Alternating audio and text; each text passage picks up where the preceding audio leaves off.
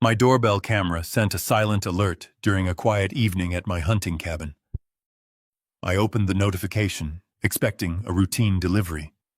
Instead, the screen showed my daughter screaming as her husband dragged her across their porch by her hair. Behind them, his mother held a phone filming the scene with a cold, satisfied smile. I did not yell.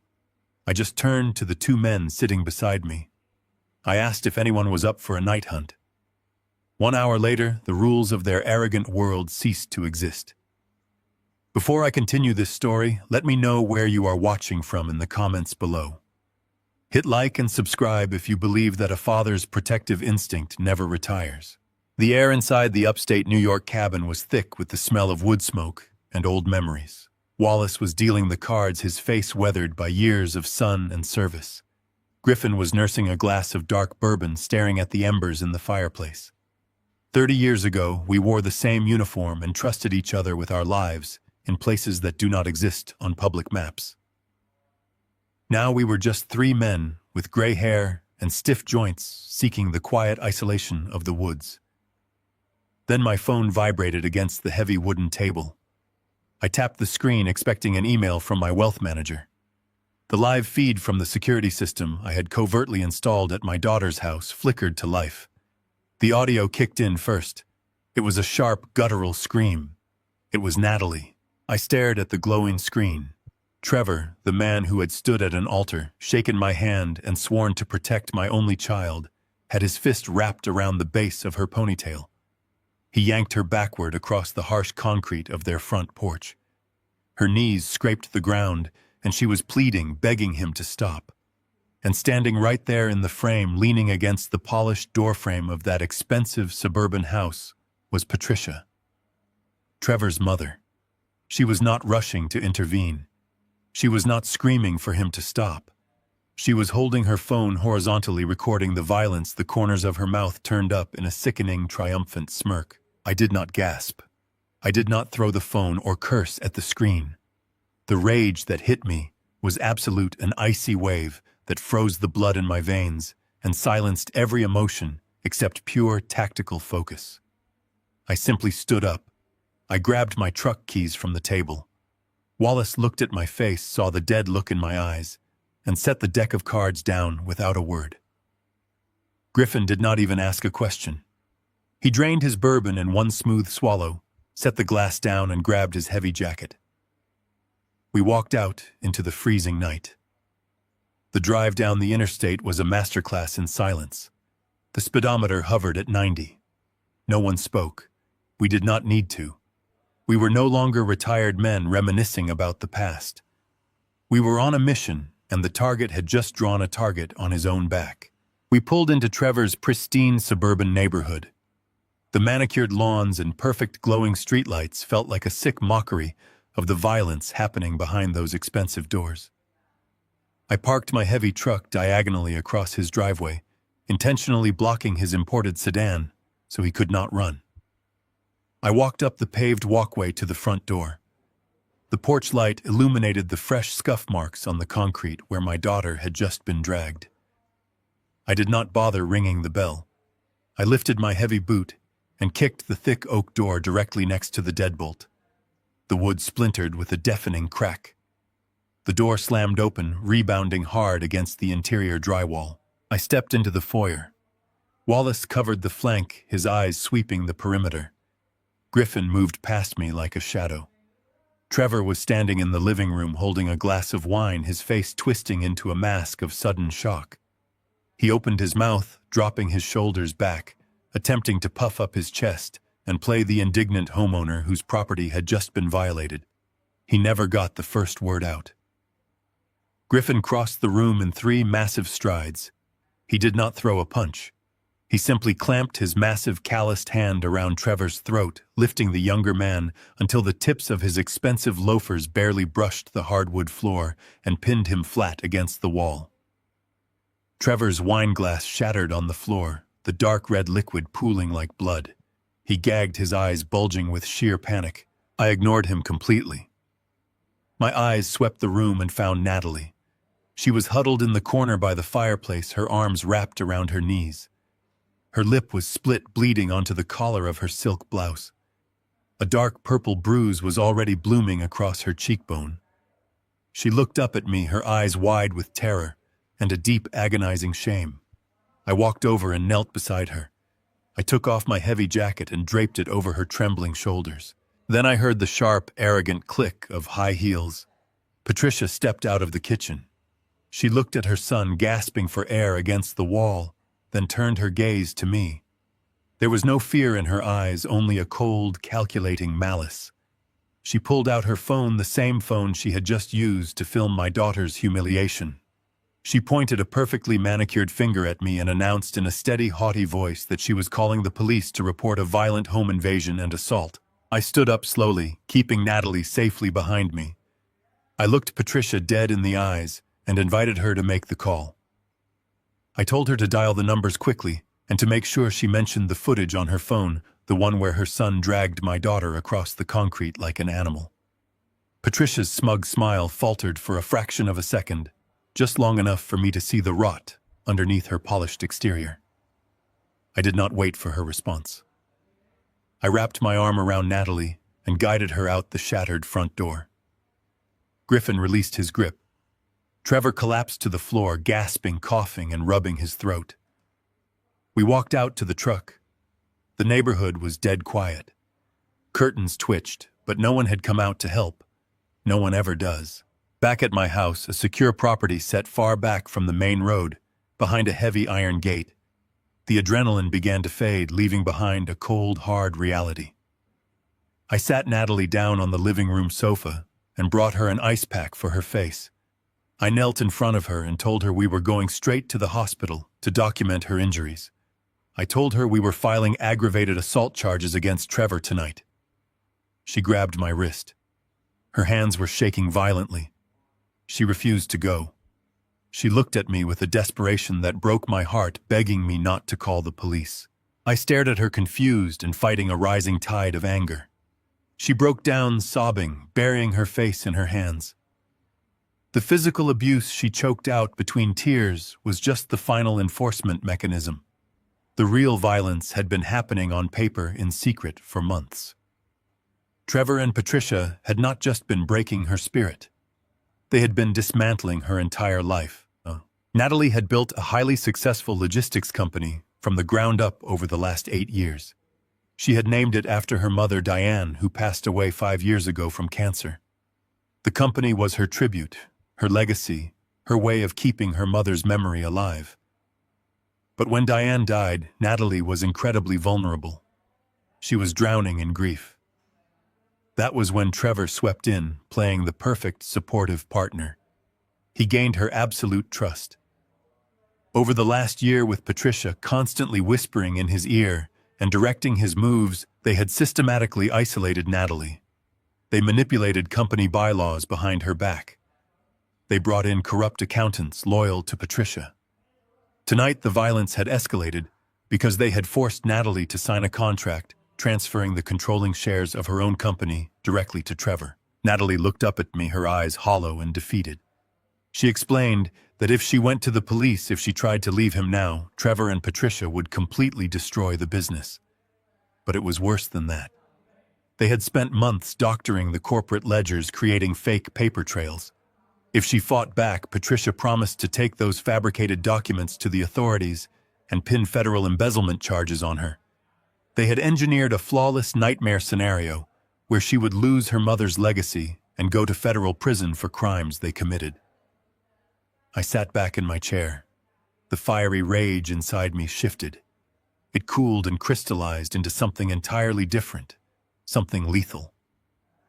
I had treated this like a physical extraction. I had brought soldiers to a boardroom fight. Before I could formulate a strategic response, the harsh glare of red and blue lights swept across the front windows of my living room. 2 police cruisers pulled up the long driveway, their sirens silenced, but their lights flashing aggressively.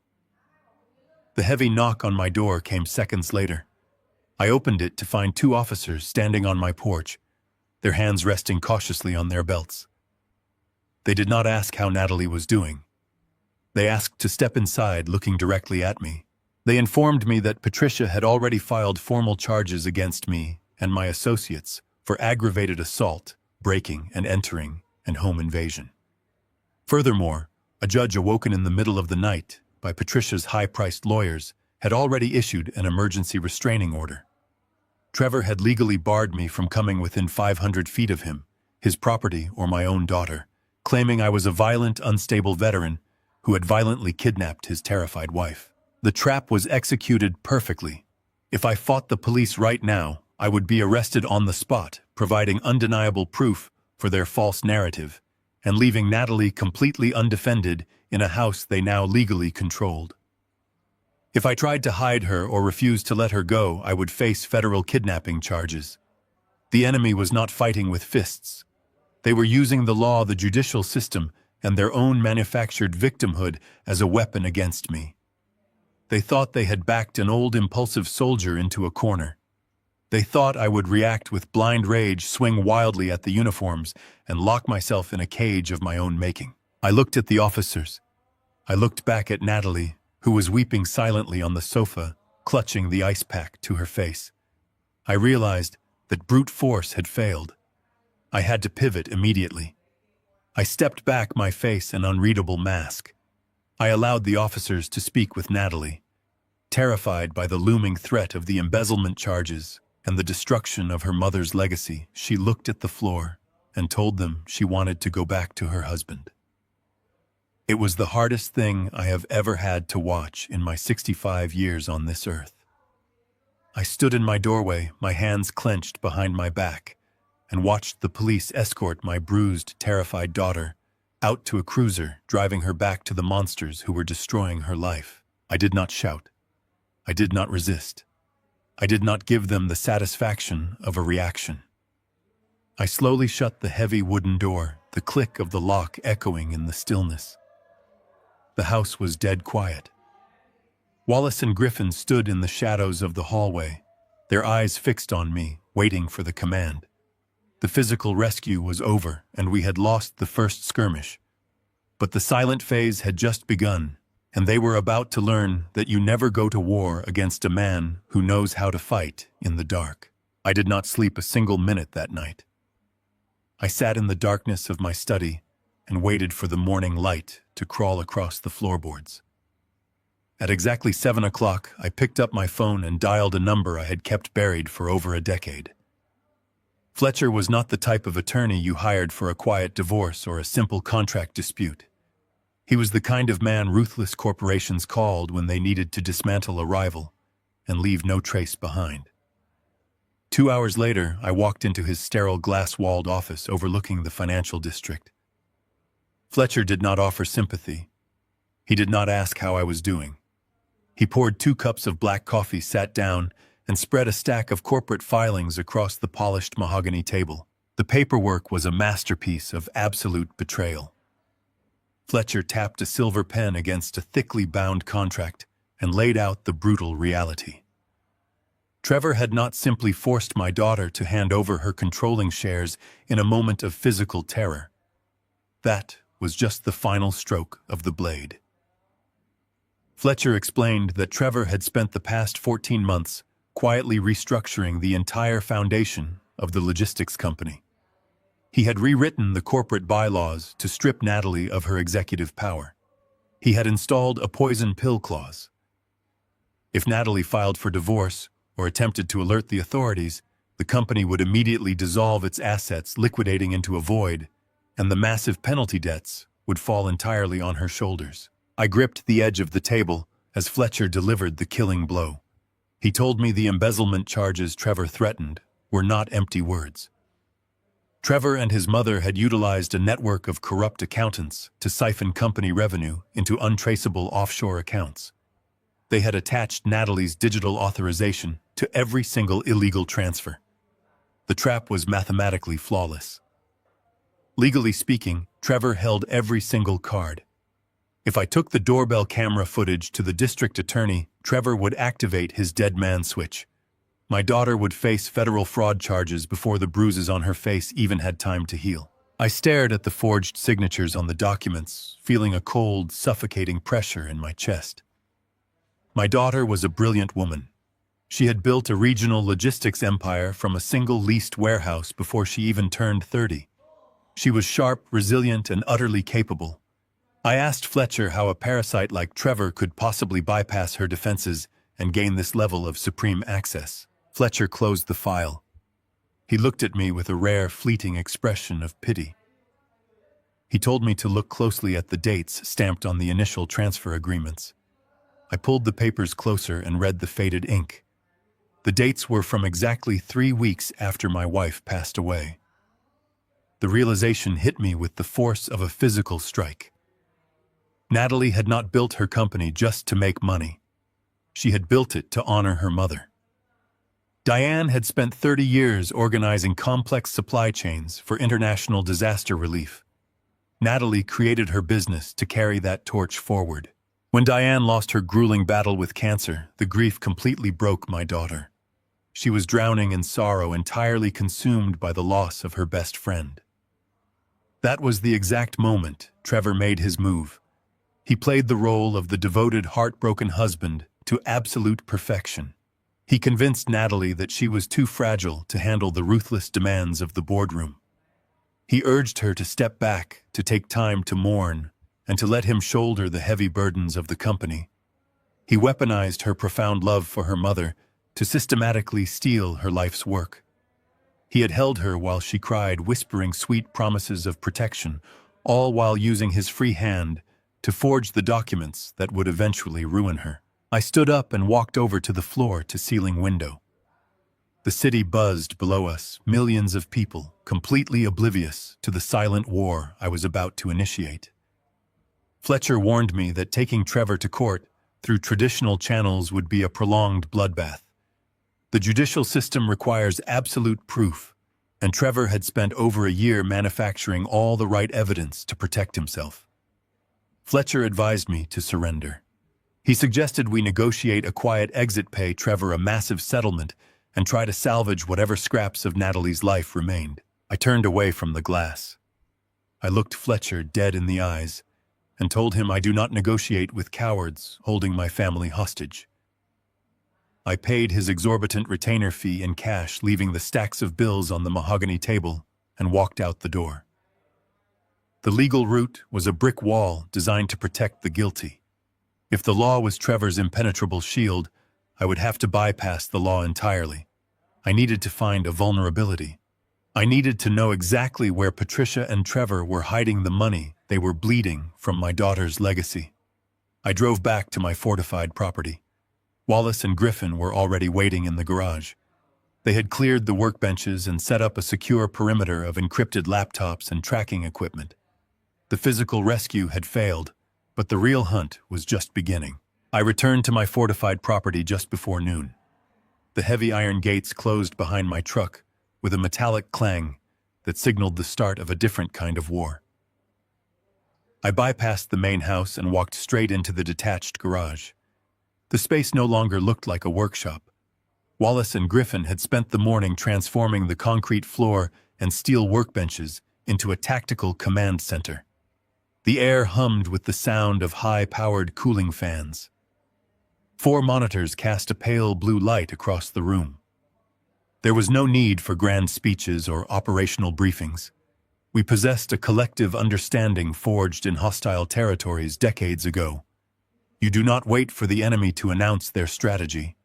You strip their lives down to the studs and find the rot. Griffin stood over a massive steel table in the center of the room. He wore thick black gloves and meticulously pieced together long strips of shredded paper. He had bypassed Trevor's private security patrols 3 hours earlier, lifting the sealed garbage bags from the curb before the municipal trucks arrived. People throw away their deepest secrets, assuming the municipal dump will swallow them whole. Griffin treated their refuse like a hostile intelligence cache. He smoothed out a crumpled bank notice and pinned it to a corkboard. It was a final warning from an offshore holding company demanding immediate liquidation of assets to cover a catastrophic deficit. Trevor's pristine suburban lawn was a desperate illusion, masking absolute financial panic. While Griffin reconstructed the physical evidence, Wallace dominated the digital front. He sat slouched in a metal folding chair, his fingers flying across a mechanical keyboard with terrifying speed. He had parked a rented utility van down the street from Trevor's house earlier that morning, capturing the wireless handshake from their encrypted home network. Wallace did not care about their social media or their grocery orders. He hunted for anomalies in their data packets. He isolated a specific string of outgoing traffic routed through a virtual private network. He traced the digital footprint to a series of hidden accounts registered under a shell corporation in the Cayman Islands. Trevor was frantically shifting capital in small randomized increments to avoid triggering federal banking alerts. The digital trail provided the framework, but we needed the physical destination. The money was bleeding out of Natalie's logistics company, but it was not funding a lavish lifestyle. Trevor and Patricia were not buying yachts or luxury real estate. The capital was vanishing into a black hole. I needed to know exactly who was standing at the bottom of that hole waiting for the cash. At sunset, Patricia left the suburban house in her imported luxury sedan. Wallace and Griffin tailed her in two separate unmarked vehicles. They executed a rolling surveillance technique we perfected in Eastern Europe, swapping positions at every major intersection to remain completely invisible in her rearview mirror. Patricia did not drive toward the upscale shopping districts or the country clubs where women of her supposed social standing spent their evenings. She drove straight out of the affluent suburbs and descended into the decaying industrial heart of the city. The heavy scent of rust and stagnant river water replaced the manicured pine of the suburbs. Patricia parked her sedan in a dimly lit alley behind an abandoned meatpacking facility. She pulled her expensive coat tight against the cold and knocked on a reinforced steel door. A security camera tracked her movement. The door opened and swallowed her into the darkness. Griffin parked 3 blocks away, pulled a dark cap over his head, and approached the building on foot. He bypassed the front entrance, entirely scaling a rusted fire escape to access a ventilation shaft overlooking the main floor. Griffin transmitted a secure audio feed directly to the garage. I sat in front of the monitors listening to the grim reality of Patricia's hidden life. She was not a sophisticated corporate saboteur. She was a degenerate gambling addict. The abandoned warehouse was a high-stakes underground poker room operated by a notoriously violent criminal syndicate. The air inside was thick with cigar smoke and desperation. Patricia sat at a velvet table in the center of the room, surrounded by men with scarred knuckles and cold, predatory eyes.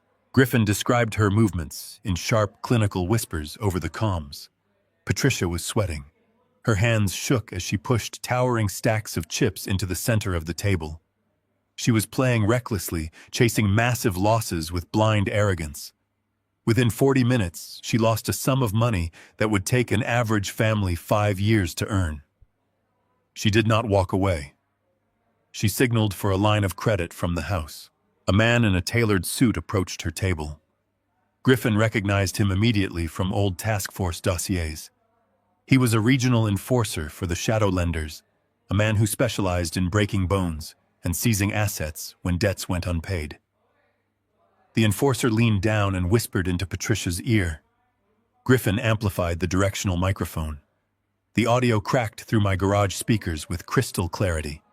The enforcer politely informed Patricia that her credit was entirely exhausted. He mentioned that her outstanding debt had reached a critical threshold. He casually complimented the architectural beauty of her son's suburban home, a thinly veiled threat of violence that made Patricia gasp audibly. The enforcer demanded a massive installment by the end of the week. He promised that if the funds did not materialize, he would visit Trevor personally and collect the debt in collateral damage. Patricia wept openly at the poker table. She begged for more time, promising that a massive corporate transfer was currently processing. She swore her son had secured the controlling shares of a major logistics empire, and the payout would cover her entire debt tenfold. The transmission cut out as Griffin retreated from the ventilation shaft. I sat in the harsh blue light of the monitors, feeling a lethal clarity wash over me. The entire puzzle snapped together with brutal perfection. Trevor was not a brilliant corporate raider.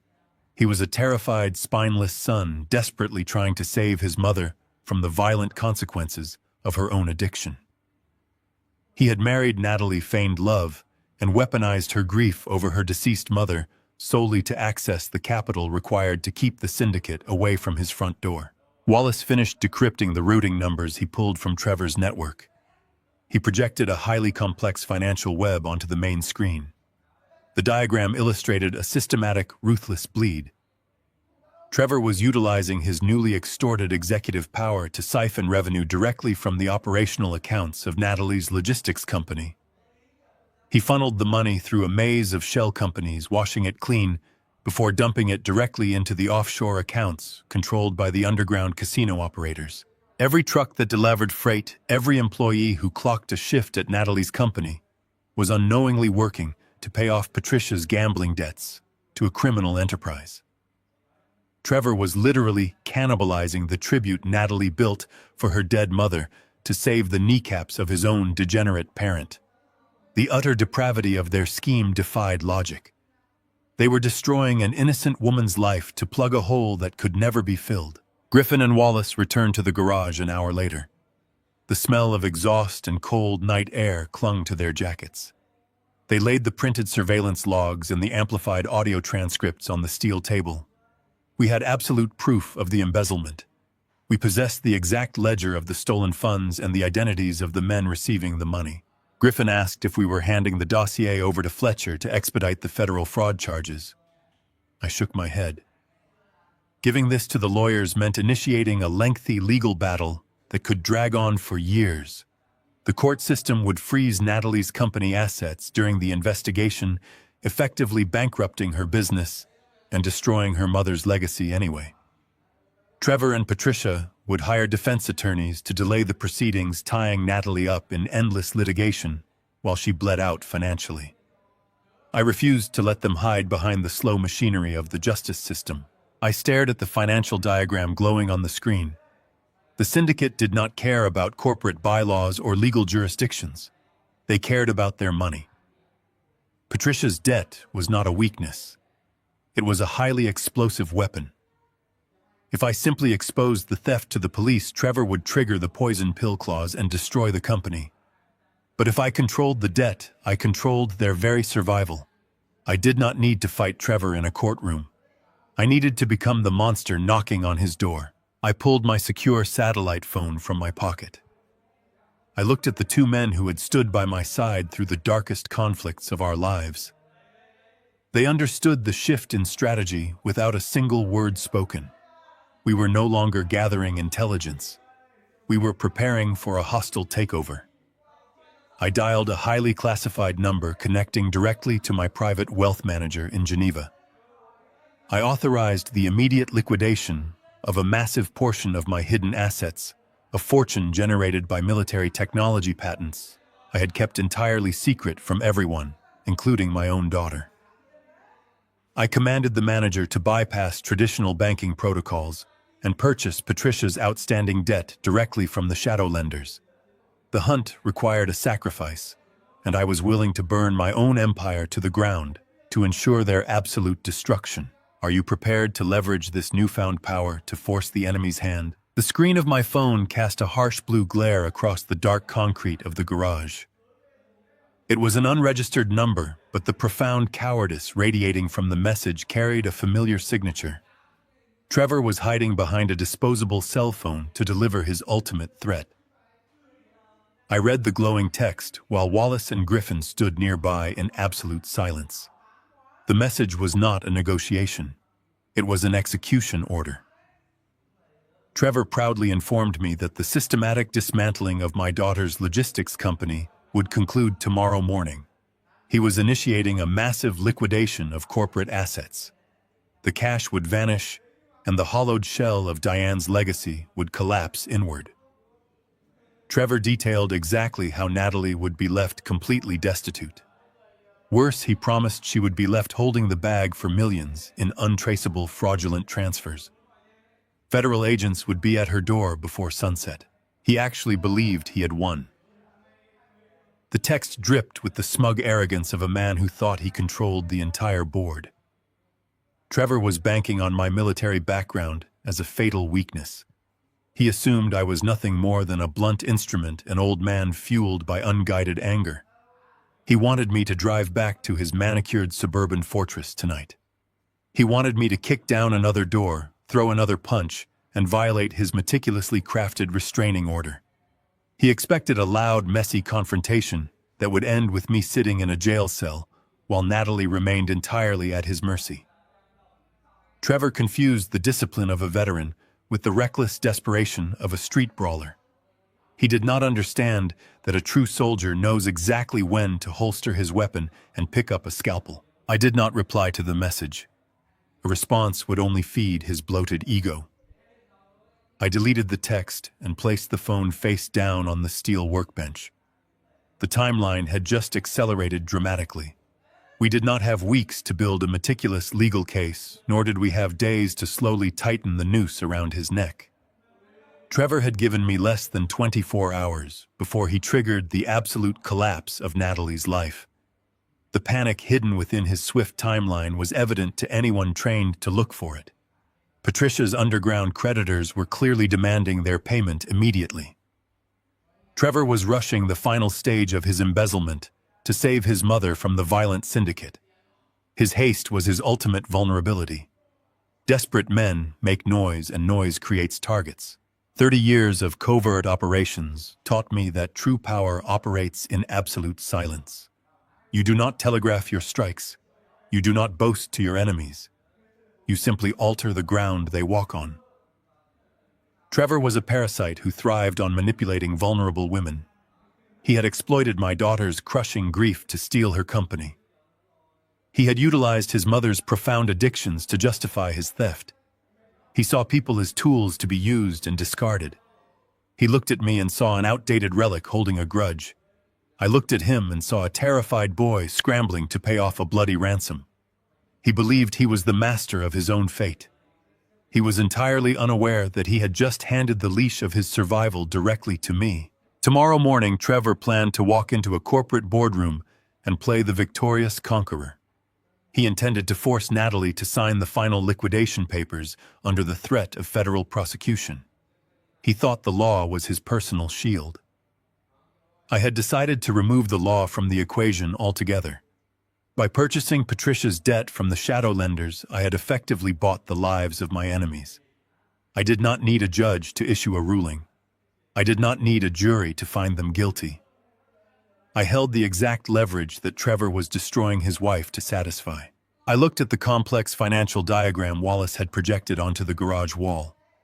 It mapped the stolen revenue flowing from my daughter's business straight into the offshore accounts of a criminal enterprise.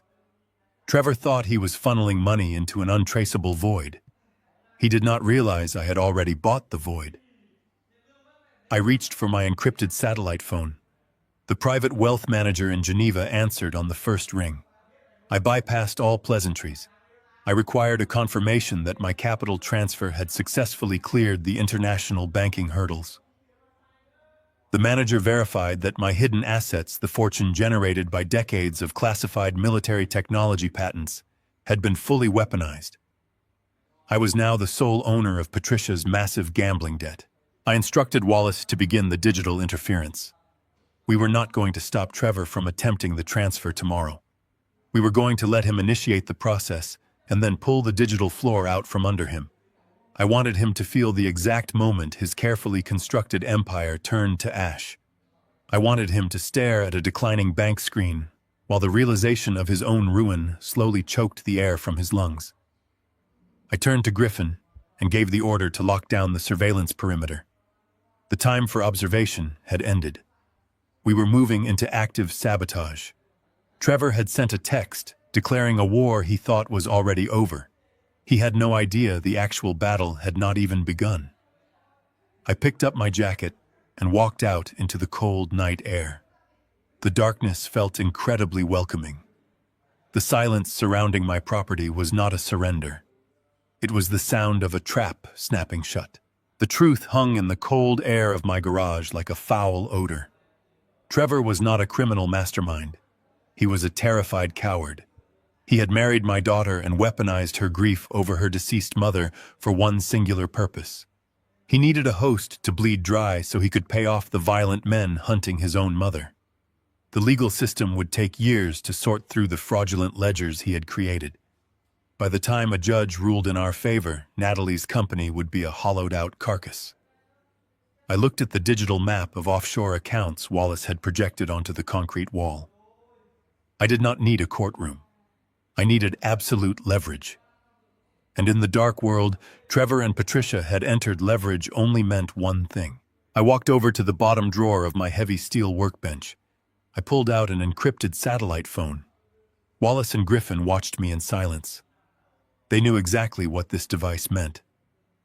Natalie had always believed I lived on a comfortable but modest military pension. I let her believe that because I wanted her to build her own empire with her own two hands. She had inherited her mother's brilliant work ethic, and I refused to cast a shadow over her achievements with my own resources. I never told my daughter that 30 years ago my unit developed a specialized topological navigation algorithm for hostile terrain. When I retired from service, I navigated the bureaucratic maze of the Defense Department and retained the commercial patents for that software. Every major logistics and international shipping conglomerate in the world currently paid quiet licensing fees to use my code. The wealth it generated was staggering. It sat completely untouched in a series of private accounts managed in Geneva. I kept it invisible because visible wealth attracts parasites. Now I was going to use it to exterminate one. I dialed the international sequence. The secure line connected immediately. A calm, polished voice answered on the first ring. It was my private wealth manager. I did not offer pleasantries. I told him I needed to liquidate a massive portion of my primary portfolio immediately. I heard the slight hesitation in his voice. He reminded me of the severe tax penalties and the market friction of moving that much capital without a standard 30-day notice. I told him I did not care about the penalties. I needed the capital fully weaponized and ready for transfer by sunrise. He asked where to route the funds. I told him I was not transferring the money to a traditional bank. I recited the routing numbers Wallace had decrypted from the shadow lenders operating out of the abandoned meatpacking district. My manager paused. He warned me that these accounts belonged to high-risk entities operating outside international banking laws. He asked if I was being extorted. I told him I was not the one being extorted.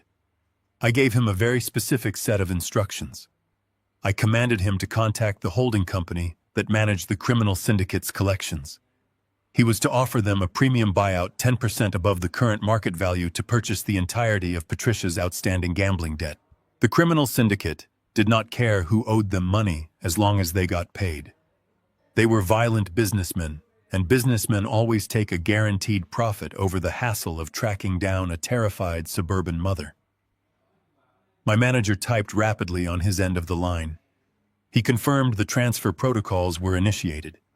He told me the shadow lenders would receive the buyout offer within the hour, and the transfer of the debt portfolio would be legally binding by dawn. I hung up the phone and set it down on the steel table. I looked at Wallace and Griffin. We had bypassed the entire corrupt legal shield Trevor had built around himself. I did not hire a lawyer to fight for Natalie's company in a rigged system. I simply bought the very leash that was choking Trevor's neck. The law could not stop him from liquidating my daughter's assets tomorrow, but the massive crushing debt could. Trevor planned to walk into the boardroom tomorrow morning and play the victorious conqueror. He intended to force Natalie to sign the final liquidation papers under the threat of federal prosecution. He thought he was untouchable. He believed he was funneling stolen money to violent men who would protect his mother from her own degenerate choices. He had no idea that the money he was stealing was now legally owed to me. I had just become his sole creditor. I owned his mother's massive debt, which meant I owned him. He thought I was just a dumb, retired old man with a temper. He thought I would show up at his house and throw punches until the police locked me away. He completely misunderstood the nature of the man he had crossed. The cold night air seeped into the garage, but I felt nothing but absolute focus. The silent phase of our operation was officially over. We had secured the high ground. We had stripped Trevor of his only real motivation and turned it into a weapon against him. Tomorrow, Trevor would step into his own trap and I would be the one holding the key. I poured a cup of black coffee and sat down to watch the final transfers clear on the monitor. The hunt was transitioning into the execution phase, and there would be absolutely no mercy. The sun came up over the tree line, but the air in the garage remained cold and sharp.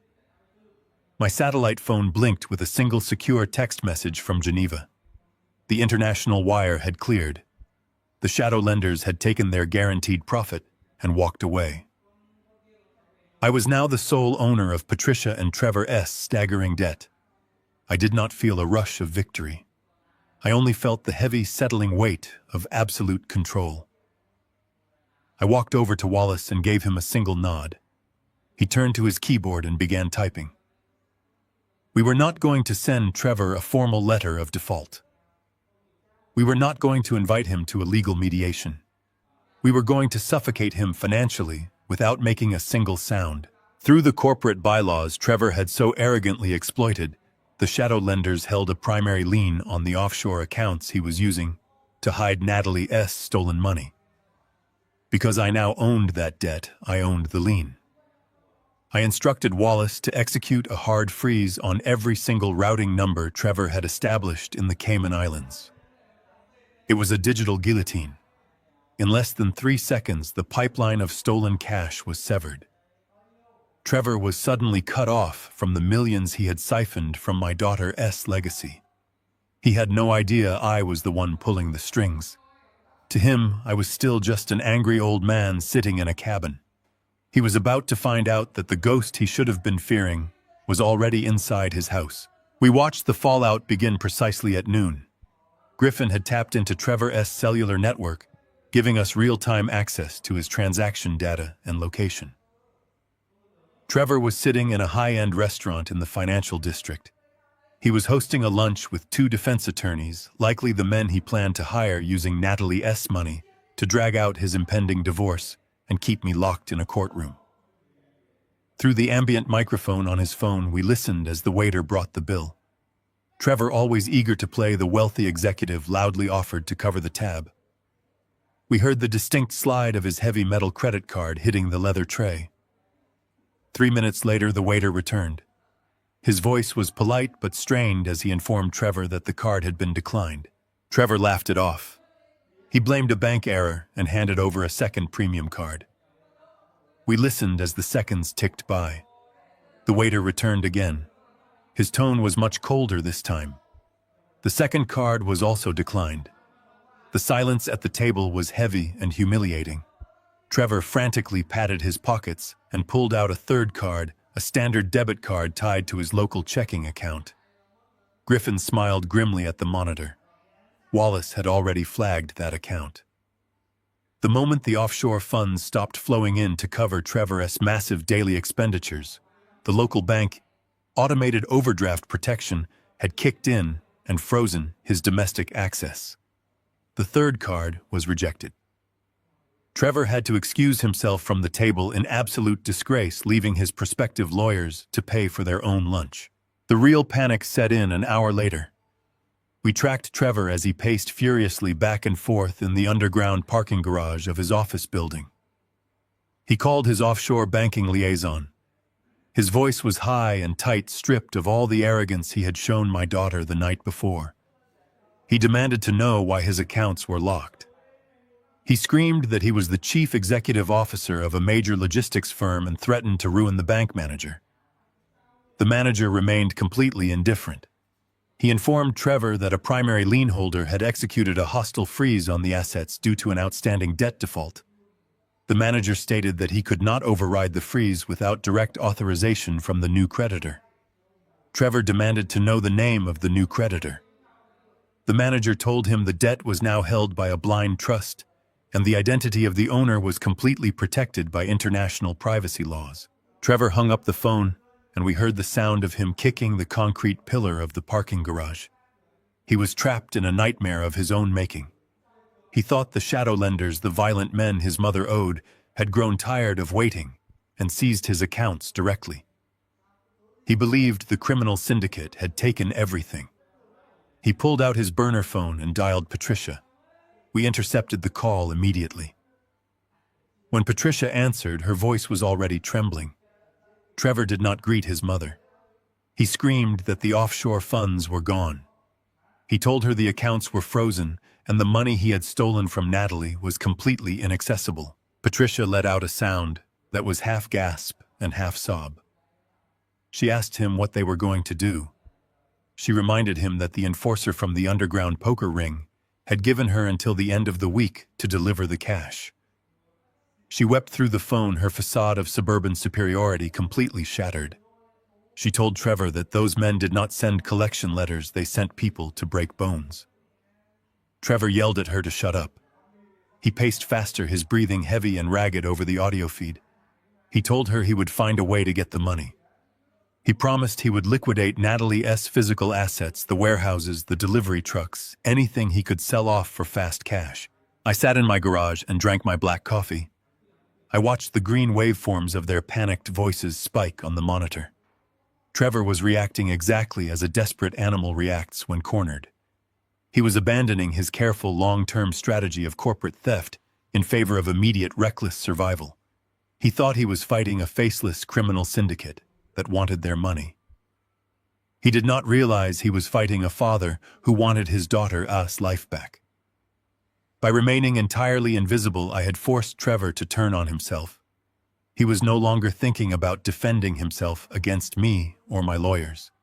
He was entirely consumed by the sheer terror of his own financial collapse. Trevor's arrogance had been his defining trait, but now his fear was doing all the work for me. He ended the call with his mother and immediately began dialing numbers for high-risk short-term lenders. He was looking for a bridge loan, a massive influx of cash to satisfy the syndicate before they showed up at his door. He was willing to sign away anything to get it. Griffin looked at me from across the steel table. The enemy was bleeding out, and they were begging for a tourniquet. I nodded slowly. It was time to let them think they had found a lifeline, only to realize too late that it was actually a noose. The morning sun offered no warmth as I watched the digital trackers on the monitors. Trevor was paralyzing himself with fear, but Patricia was an entirely different kind of animal. When a parasite realizes its host is dying, it does not mourn. It immediately looks for another vital organ to consume. Griffin was monitoring her vehicle via a magnetic GPS tracker we had attached to the undercarriage of her luxury sedan the night before. By 10 o'clock in the morning, Patricia was on the move. She was not going to the police, and she was certainly not going to her high society brunch club. She was heading toward the commercial banking district, driving with a reckless speed that completely betrayed her immaculate suburban facade. Trevor had failed to secure the bridge loan. He was too cowardly to face the men who operated in the shadows, leaving his mother exposed to the violent syndicate collecting her gambling debts. Patricia knew that the enforcers would not accept excuses about frozen offshore accounts. They only accepted cash or blood. Since Trevor had proven useless, Patricia decided to take matters into her own hands.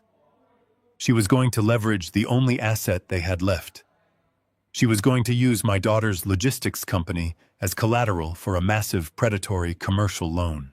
Griffin relayed her coordinates over the secure channel. She had parked outside a nondescript office building that housed a gray market lending firm. These were not traditional bankers.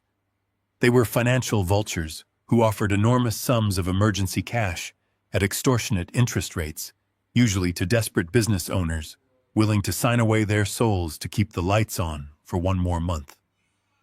Because Trevor had successfully transferred the controlling shares of Natalie's company to himself, and because Patricia had forged her name as a primary executive officer on the new corporate bylaws, she technically had the legal authority to pledge the company's warehouses and transport fleets as collateral. She intended to walk out of that building with a certified wire transfer, pay off her violent creditors, and leave my daughter drowning in millions of dollars of inescapable toxic debt.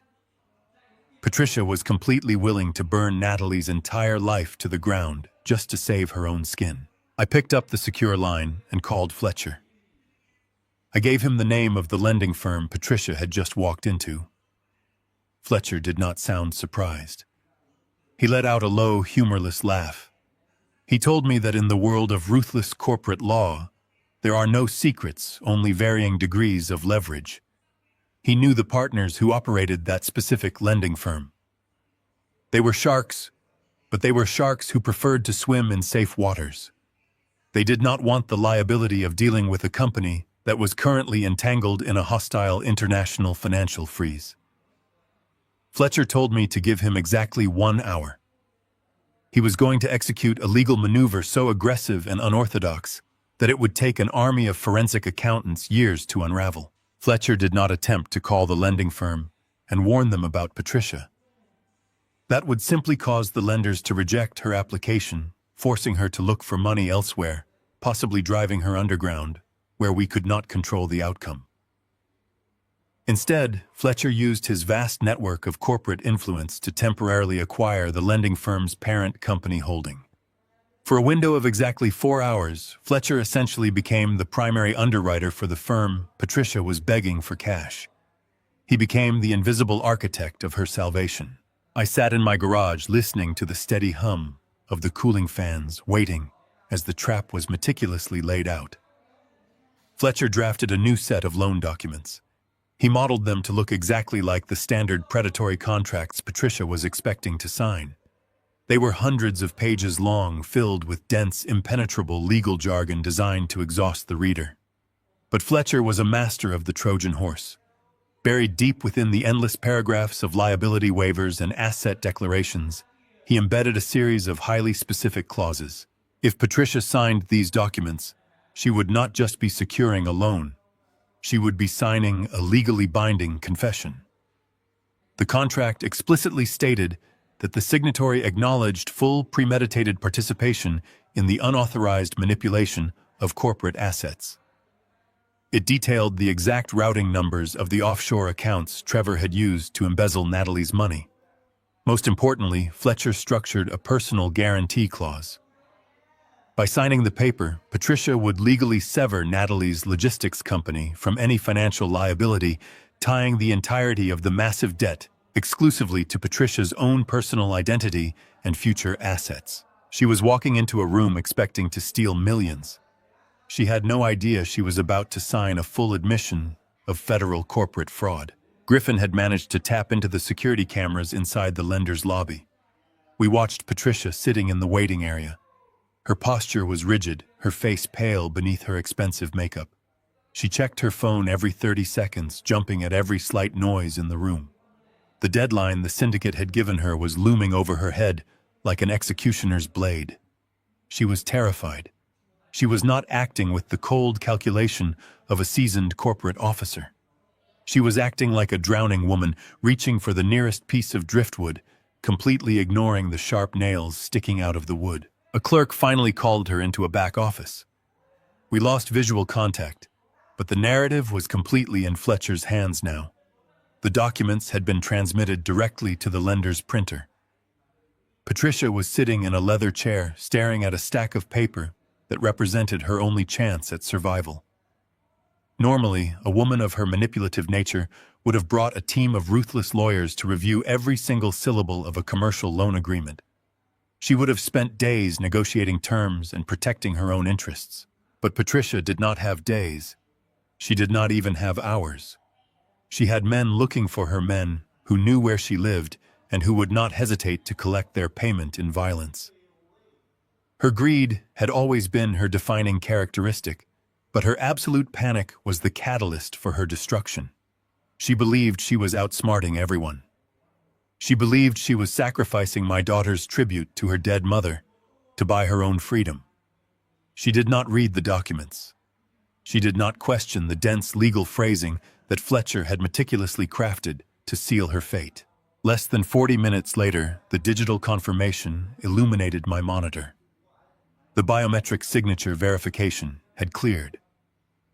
Patricia had signed her name on every single dotted line. She had initialed every page of her own demise.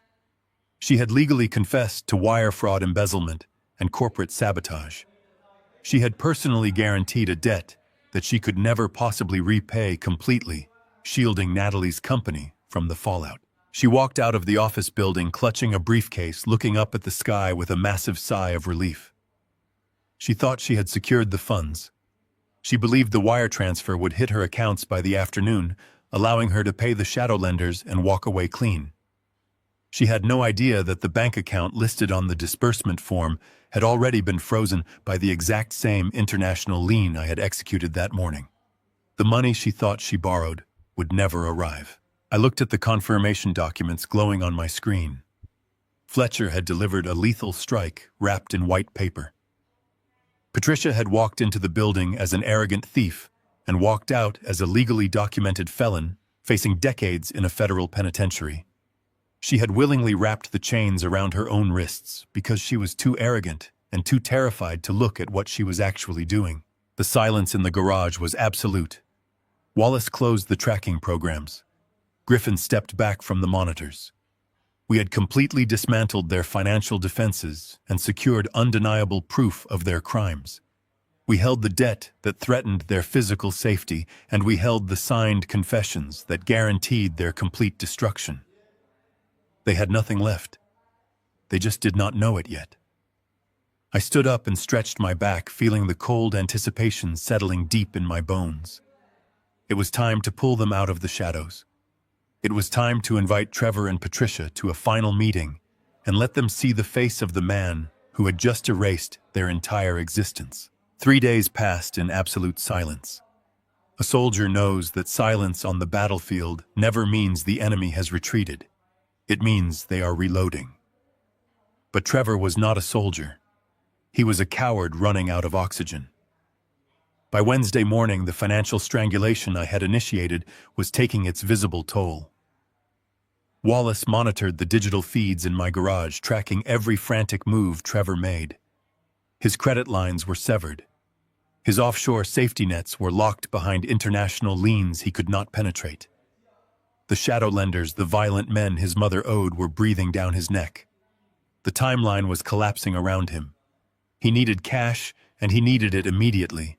He could not liquidate Natalie's corporate assets quickly enough with the offshore accounts frozen. He was trapped in a burning house of his own making, and the smoke was finally reaching his lungs. Desperation makes arrogant men careless.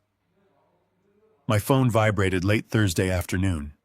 The caller ID displayed the number of a high-end mediation firm in the city. When I answered, it was not a mediator on the line. It was Trevor.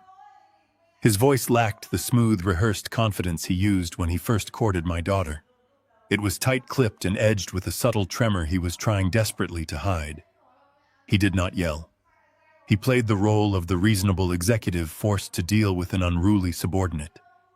He told me that the situation had gotten out of hand. He claimed the police were pressuring him to move forward with the aggravated assault charges against me, charges that carried a mandatory prison sentence for a man my age. He said he wanted to offer a truce, a private mediation, to settle the matter like civilized adults, before he completely ruined my life and Natalie's future. He named a prestigious legal office downtown for Friday morning. I kept my voice perfectly level. I played the part of the cornered, exhausted old man. I told him I would be there. I hung up the phone and looked at Griffin. The rat was finally walking into the cage. The mediation room was a sterile expanse of frosted glass and cold gray marble on the 40th floor of a corporate high-rise. It was designed to intimidate, to make a person feel small. I walked in wearing a simple gray suit, sitting across the sprawling mahogany table from the man who had dragged my daughter across concrete. Trevor sat flanked by 2 junior attorneys. He wore a custom-tailored suit, but the illusion of power was cracking. His eyes were bloodshot. His knee bounced nervously under the table. He was exhausted, terrified of the men hunting his mother, but he forced a smug, condescending smile when I sat down. He leaned forward, steepling his fingers, and began his performance. He reminded me of the doorbell camera footage Patricia had filmed spinning a narrative, where I was an unstable, violent veteran who had broken down his door and assaulted him without provocation. He reminded me of the restraining order currently keeping Natalie isolated in a hotel. He laid out his absolute leverage, assuring me that the district attorney was eager to put me away for a very long time. Then he laid his cards on the table. He offered me a deal, framing it as an act of profound mercy. If I agreed to his terms, he would refuse to cooperate with the police and have the assault charges dropped. More importantly, he promised to grant Natalie an immediate, uncontested divorce. He would walk away from her logistics company entirely and bury the fabricated embezzlement evidence he and his mother had manufactured to frame her. He painted a beautiful picture of freedom for my daughter and salvation for myself. All I had to do was compensate him for his pain, suffering, and the abrupt end of his marriage. He slid a single sheet of paper across the polished marble. The number printed on it was $2 million. He demanded the funds wired directly into a domestic account by the end of the business day. He leaned back in his leather chair, a triumphant smirk returning to his face. He actually believed he had outsmarted me. He thought I was a desperate, protective father, backed to the edge of a cliff, willing to drain my retirement savings to save my child from prison. He thought he had found the perfect loophole to pay off the criminal syndicate and walk away a rich man. He looked at me with absolute certainty, waiting for me to break. I looked at the paper, then up at his bloodshot eyes. I did not raise my voice. I did not reach across the table and crush his windpipe, no matter how much my hands burned to do so. I simply folded the paper and slipped it into my jacket pocket. I told him I needed to consult with my daughter and my legal counsel regarding the transfer of that much capital. Trevor smiled, tasting his false victory. He graciously gave me 24 hours to gather the funds. He had no idea he had just handed me a documented extortion demand. He had no idea the game was already over. The folded piece of paper rested in my pocket like a signed confession. Trevor had written his own extortion demand in black ink, foolishly believing that a threat wrapped in corporate mediation was somehow legal. He believed he had cornered a desperate father willing to drain his life savings to keep his daughter out of a courtroom. He was entirely blind to the fact that I had just spent the last 24 hours dismantling the very foundation of his life. I let the silence hang in my garage for a few moments after the phone call ended. Wallace and Griffin watched me from across the steel workbench. They knew the look on my face. It was the look of a man who had finally drawn the enemy out of the trenches and into an open field. I reached for my phone and dialed the number for the mediation firm Trevor had used to contact me. When the receptionist answered, I instructed her to transfer me directly to Trevor. The line clicked, and his voice came through the speaker. It was thick with artificial patience, the tone of a victor, graciously allowing the defeated to surrender. I stripped all emotion from my voice. I played the part he expected me to play.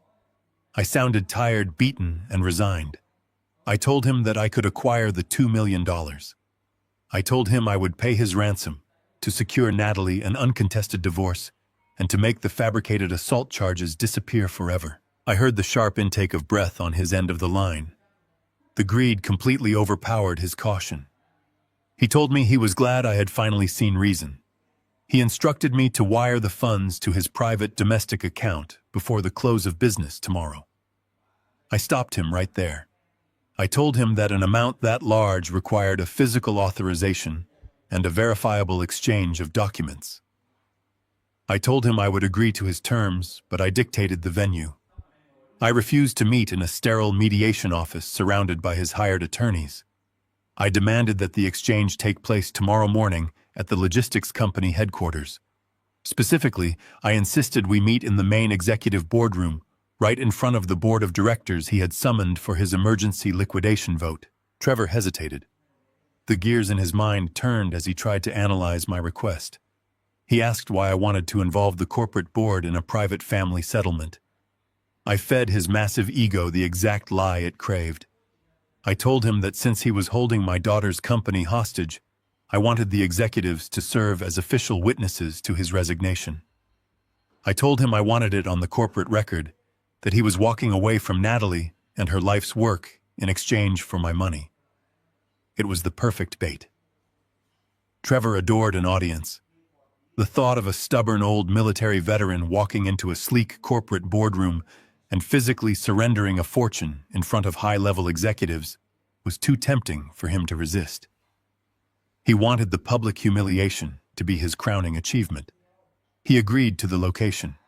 He told me to be there at 9 in the morning and warned me not to be late. The line disconnected. I placed the phone flat on the concrete table. The final trap had just snapped shut. Wallace immediately began compiling the digital dossiers. He loaded the records of the frozen offshore accounts, the transfer of the criminal syndicate debt, and the predatory loan documents Patricia had foolishly signed just hours ago. He secured everything onto a single encrypted drive. Griffin walked over to the weapon locker and grabbed the keys to the unmarked transport vehicle. We did not need firearms for this operation. Our ammunition was entirely contained within that small silver drive. I left the garage and went into my house to prepare. I walked to my closet and pulled out a tailored black suit. It was the exact suit I had worn to my late wife's funeral 5 years ago. It felt deeply appropriate for the occasion. Today was a day of burials, but I was not the one being laid to rest. I stood in front of the mirror and adjusted my tie. I thought about Natalie. I remembered when she started that company with nothing but 3 rusted delivery trucks she had inherited from her mother. She had spent countless nights sleeping on warehouse floors building a logistics empire through pure sweat and relentless dedication. The boardroom Trevor was currently using as his personal playground was built on my daughter's blood. He had defiled her sacred ground. It was only fitting that his destruction took place in the very room he had tried to conquer. The morning sun cast long, cold shadows over the city skyline as Griffin drove us downtown. The streets were thick with morning traffic, but the inside of our vehicle was completely silent. I watched the glass and steel towers rise above us. We pulled up to the curb outside the logistics headquarters. I stepped out of the vehicle flanked by Wallace and Griffin. We did not look like concerned family members. We moved with the synchronized, deliberate pace of an execution squad. We walked through the revolving glass doors and approached the security desk. Trevor had left instructions to allow us up to the executive floor. He was rolling out the red carpet for his own victory parade.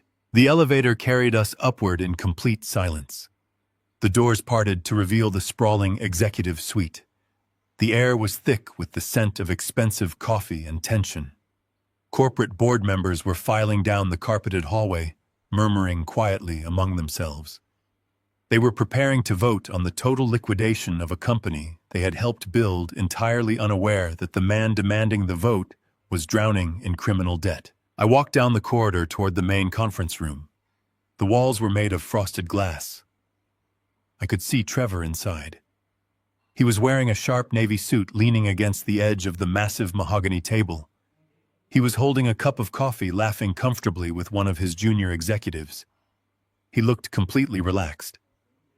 He believed the $2 million he was about to extort from me would clear the violent syndicate hunting his mother. He believed he was walking away a rich man. He did not know his offshore accounts were dead. He did not know his mother had signed a federal confession of fraud. He did not know that the man walking toward the glass door currently held the deed to his entire miserable life. I reached out, grasped the heavy metal handle, and pushed the door open. It was time for the silent adjustment to become deafening. The glass elevator ascended smoothly toward the executive floor of the logistics headquarters. I stood between Natalie and Fletcher as the city skyline expanded through the transparent walls. Natalie wore a sharp charcoal suit, and her posture was completely rigid. She was no longer the devastated woman sobbing in a hotel room. She had reclaimed the iron will she inherited from her mother. Fletcher stood with his hands clasped casually in front of him, carrying a single leather briefcase. He looked less like a corporate attorney and more like an undertaker arriving for a scheduled appointment. I focused entirely on the steady rhythm of my own breathing. The time for anger had passed. We were stepping onto a battlefield that our enemy mistakenly believed he controlled. The elevator chimed, and the polished steel doors parted. We walked down the wide corridor lined with framed photographs of the company history. Every truck and every warehouse in those pictures represented decades of honest labor. We reached the heavy oak doors of the main boardroom. I did not knock. I simply gripped the brass handles and pushed the doors wide open. The atmosphere inside the room was immediately suffocating. 12 members of the board of directors sat along the edges of a massive mahogany table. They were men and women in tailored clothing who shifted uncomfortably in their expensive leather chairs. They kept their eyes fixed on their digital tablets and legal pads. They knew Trevor had forced this emergency meeting under the threat of complete corporate liquidation. They felt the toxicity radiating through the room, but they were bound by their fiduciary obligations to attend. At the far end of the table sat Trevor. He had audaciously taken the chairman's seat. It was the exact chair that Natalie and her mother had occupied for years. He wore a pristine navy suit and a silk tie perfectly knotted at his throat. He slouched slightly to project an aura of effortless dominance. When we entered the room, a wide and deeply condescending smile spread across his face. He believed he was looking at a defeated father and a broken wife arriving to surrender their kingdom. He had no idea that the bank accounts he relied on to project that power were completely frozen. Standing directly behind his chair was Patricia. She wore a bright crimson dress that clashed violently with the somber tone of a corporate mediation. She held her smartphone up with both hands, pointing the camera lens directly at my face. She wanted to record my humiliation. She wanted a digital trophy of the exact moment I surrendered my life savings to buy her son out of my daughter Aya's life. She practically vibrated with smug anticipation. She believed the predatory loan she had signed the previous afternoon was going to clear her debts with the underground syndicate today. She thought she had outsmarted everyone. She was entirely unaware that her signature on those documents was a legally binding confession to federal fraud. I walked into the room and pulled out a chair for Natalie. She sat down smoothly and placed her hands flat on the table. She looked directly at Trevor with an expression of absolute coldness. I took the seat next to her. Fletcher did not sit. He remained standing near the frosted glass wall, holding his leather briefcase with calm detachment.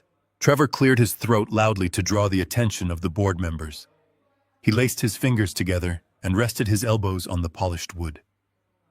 He began his performance with the practiced rhythm of a snake oil salesman. He thanked the board for gathering on such short notice.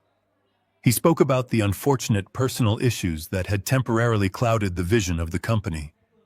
He adopted a tone of profound sorrow and completely fabricated maturity. He claimed that the recent passing of the mother of his wife had caused severe emotional distress within the family, resulting in irrational behavior from Natalie. Trevor looked at the board members and fed them a masterful lie. He stated that he had stepped in to take control of the company assets solely to protect the shareholders from Natalie's supposed instability. He painted himself as a corporate savior who had made difficult choices to prevent a financial collapse. Patricia nodded vigorously behind him, keeping her phone focused on my silent reaction. Then Trevor turned his gaze to me. He lowered his voice to sound incredibly reasonable and magnanimous. He told the room that despite the brutal physical assault he had suffered at my hands, he was a man of peace. He announced that he had reached a private settlement agreement with my family. He claimed he was willing to step down as the controlling executive and grant Natalie a swift and uncontested divorce.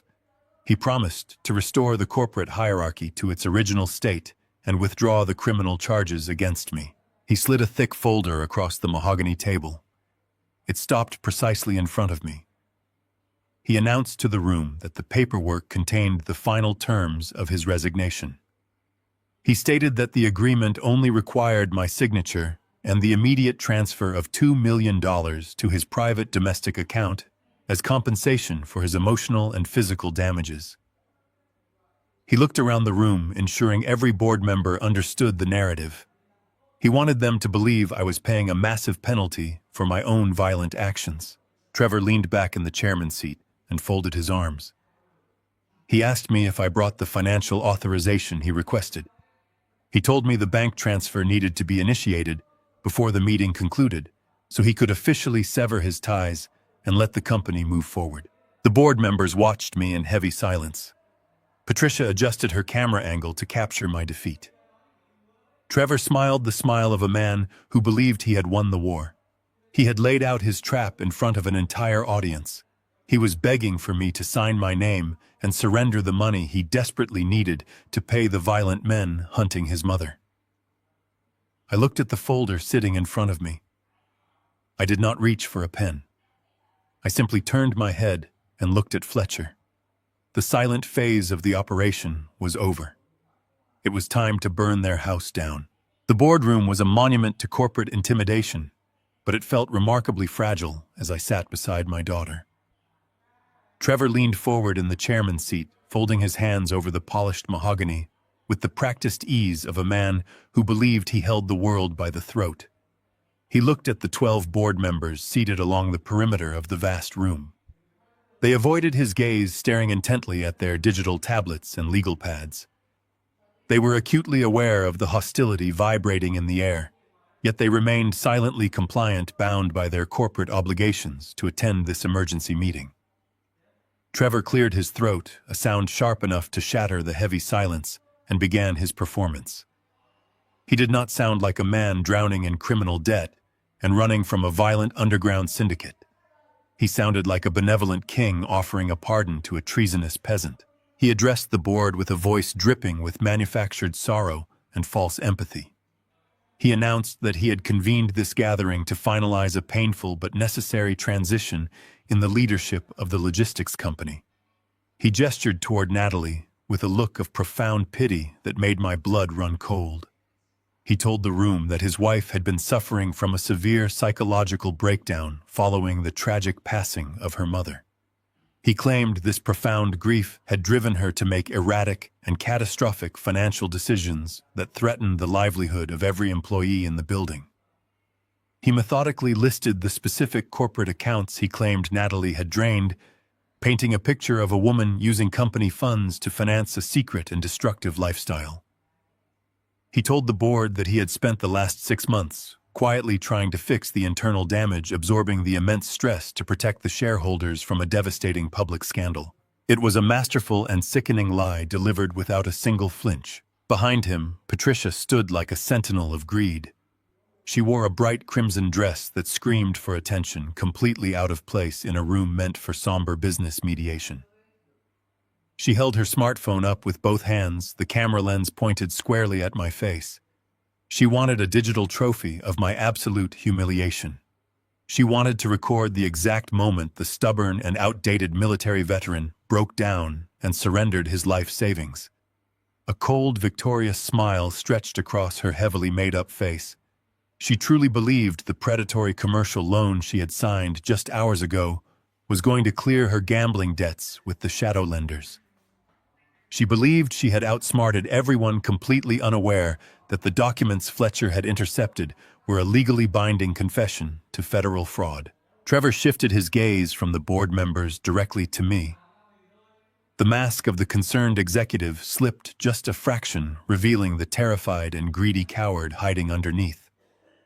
He slid a thick leather-bound folder across the vast expanse of the mahogany table. It stopped precisely in front of my hands. He announced to the room that the folder contained a comprehensive severance package. He stated that he was willing to step down entirely, relinquishing his temporary control of the company and granting Natalie an immediate and uncontested divorce. He promised to bury the fabricated evidence of embezzlement he had spent months creating.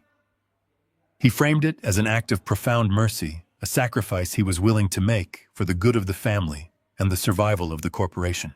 But mercy, Trevor explained smoothly, required a transition fee.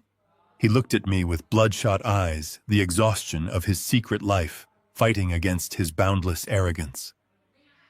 He stated that the physical and emotional damages he had endured during this ordeal required immediate compensation. He told the board that I had agreed to pay a private settlement to facilitate his peaceful departure. He did not call it extortion. He called it a binding mutual resolution.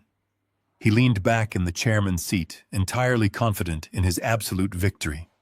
He instructed me to open the folder, sign the primary document, and execute the wire transfer of $2 million into his private domestic account immediately. He demanded the routing confirmation before he would sign his own resignation. I sat perfectly still, letting his words hang in the freezing air of the boardroom. I looked at Natalie. She was staring at Trevor with an expression of pure and unadulterated contempt. Her hands were resting flat on the table, steady and strong. She was not the frightened victim Trevor had intended to showcase to the board. She was the rightful owner of this empire, watching a thief attempt to sell her stolen property back to her. Fletcher stood quietly near the frosted glass wall, holding his briefcase with the relaxed posture of a man observing a predictable and unavoidable car crash. He did not intervene. He knew my silence was doing far more damage to Trevor than any legal objection could. Trevor shifted in his expensive chair. His knee began to bounce under the table. The silence was stretching too long, breaking the rhythm of his carefully orchestrated victory. He tapped a gold-plated pen against the wood, urging me to move. He told me that the district attorney was waiting for his call regarding the assault charges. He reminded me of the mandatory minimum sentences for violent crimes. He was trying to tighten the invisible noose he thought he had wrapped around my neck. He truly believed he had cornered a desperate father, a man willing to sacrifice his entire financial future to protect his child from a rigged justice system. He thought my stillness was the paralysis of a defeated and broken man. I looked past Trevor and met Patricia's eyes through the lens of her camera. Her smile faltered for a fraction of a second. She expected me to be shaking, pleading, or raging helplessly against the injustice of the situation. She did not understand the profound and terrifying calm of a soldier who has already won the war. I slowly reached out and placed my hand on the leather folder Trevor had provided. I did not open it. I simply rested my fingers on the smooth surface. I looked directly into Trevor's eyes, watching the desperate arrogance battling the rising panic in his chest. He needed that $2 million today, or the violent men hunting his mother would come for him instead. I leaned forward, breaking my long silence, and asked him if he honestly believed a single piece of paper in that folder belonged to him anymore. The silence in the boardroom stretched until it felt as though the air itself had crystallized. Trevor sat at the head of the mahogany table, his gold-plated pen tapping a steady, arrogant rhythm against the wood. He was waiting for my surrender. He was waiting for me to pull out my checkbook and drain my life savings to buy my daughter a sliver of peace. Behind him, Patricia kept her smartphone raised, the red recording light blinking like a tiny, hungry eye. She wanted to capture a broken old man begging for mercy. She wanted a digital monument to their absolute victory. I looked at the extortion contract resting in front of me. $2 million in exchange for an uncontested divorce and the dropping of fabricated assault charges. It was a perfectly packaged ransom note disguised as a corporate severance agreement. I did not reach for the pen. I did not look at the dotted line. I looked directly into Trevor's bloodshot eyes. The dark circles beneath them betrayed the panic he was desperately trying to conceal. I asked him if he honestly believed a single piece of paper in that folder belonged to him anymore. The tapping of his pen stopped abruptly. Trevor blinked, his perfectly practiced smile faltering for a fraction of a second. He leaned forward, attempting to project the dominant authority of a chief executive officer dealing with a confused subordinate. He told me that this was not a negotiation. He reminded me of the district attorney, the police reports, and the mandatory minimum sentencing for aggravated assault. He spoke slowly, emphasizing every word, trying to make me understand the gravity of my situation. He told me that if I did not sign the document and initiate the wire transfer within the next 5 minutes, he would walk out of the room, lock Natalie out of her own company forever, and ensure I spent my final years in a state penitentiary. I did not raise my voice. I did not need to. I simply pushed his extortion contract back across the polished table. It slid smoothly, coming to a halt directly in front of his folded hands. I told him that I would not be signing his resignation package because he had absolutely nothing left to resign from. Before Trevor could formulate a response, Fletcher stepped forward from the shadows of the frosted glass wall. The seasoned corporate attorney moved with the quiet efficiency of an executioner. He unclasped his leather briefcase and pulled out a thick, heavy folder bound in dark red vinyl. Fletcher placed the folder in front of me. I rested my hand on the cover, feeling the weight of the absolute truth contained within its pages. I looked at the 12 board members seated around the perimeter of the room. They had been watching the exchange with extreme discomfort, completely unaware of the financial slaughter that was about to unfold. I told the board that Trevor had spent the last 20 minutes feeding them a masterful narrative of grief and corporate responsibility. I told them he had painted my daughter as an emotionally unstable liability who had drained the company accounts to fund a secret lifestyle. I opened the red folder and slid it down the center of the massive table. It stopped perfectly in the middle, open for any executive brave enough to read it. I announced that the document they were looking at was a complete decrypted forensic ledger of every single financial transaction Trevor had executed over the past 8 months. The atmosphere in the room shifted instantly. A senior board member reached out and pulled the folder toward him. Trevor's face drained of color. The arrogant flush vanished, replaced by the pale, clammy complexion of a man standing on the gallows. He sputtered, commanding the board members not to look at the documents, claiming they were fabricated lies meant to distract from Natalie's incompetence. But the senior executive was already reading. I did not let Trevor control the narrative for another second. I spoke clearly, ensuring my voice carried to every corner of the room. I detailed the exact methodology Trevor had used. I explained how he had exploited Natalie's profound grief after her mother's death, using her temporary absence to rewrite the corporate bylaws and grant himself unilateral transfer authority. I listed the specific routing numbers of the offshore accounts in the Cayman Islands. I watched the board members' eyes widen as they read the corresponding bank statements that Wallace had painstakingly extracted from the digital void. The ledger proved beyond a shadow of a doubt that Natalie had not spent a single dime of company money. It proved that Trevor had systematically siphoned millions of dollars of operational capital directly into a maze of untraceable shell corporations. The executives began whispering furiously among themselves, pointing at the highlighted transfer dates that perfectly matched the company's sudden and mysterious cash flow shortages. Trevor slammed his hands flat on the table and shouted that the documents were illegal, demanding that security remove us from the premises immediately. Nobody moved. The board members looked at him not as their chairman, but as a severe legal liability. Patricia lowered her smartphone. The red recording light was still blinking, but her hands were trembling so violently that the device nearly slipped from her fingers. The smug, victorious smile had completely dissolved from her face. She stepped out from behind Trevor's chair, her voice high-pitched and frantic. She pointed a manicured finger at me and screamed that I was a crazy, violent old man making up insane conspiracy theories. She looked at the board members and pleaded with them to call the police, claiming that we were trying to hijack a legitimate business meeting with stolen documents. She was completely unaware that she had just invited the final strike. I turned my attention away from Trevor and focused entirely on his mother. I told Patricia that her unwavering dedication to protecting her son's criminal enterprise was truly remarkable, especially considering the fact that she was the one who had finally bankrupted it. Fletcher stepped forward again. He reached into his briefcase and produced a second folder, this one plain manila, unassuming, but infinitely more lethal. He placed it in front of me. I slid it across the mahogany table directly toward Patricia. It fell off the edge and landed at her feet.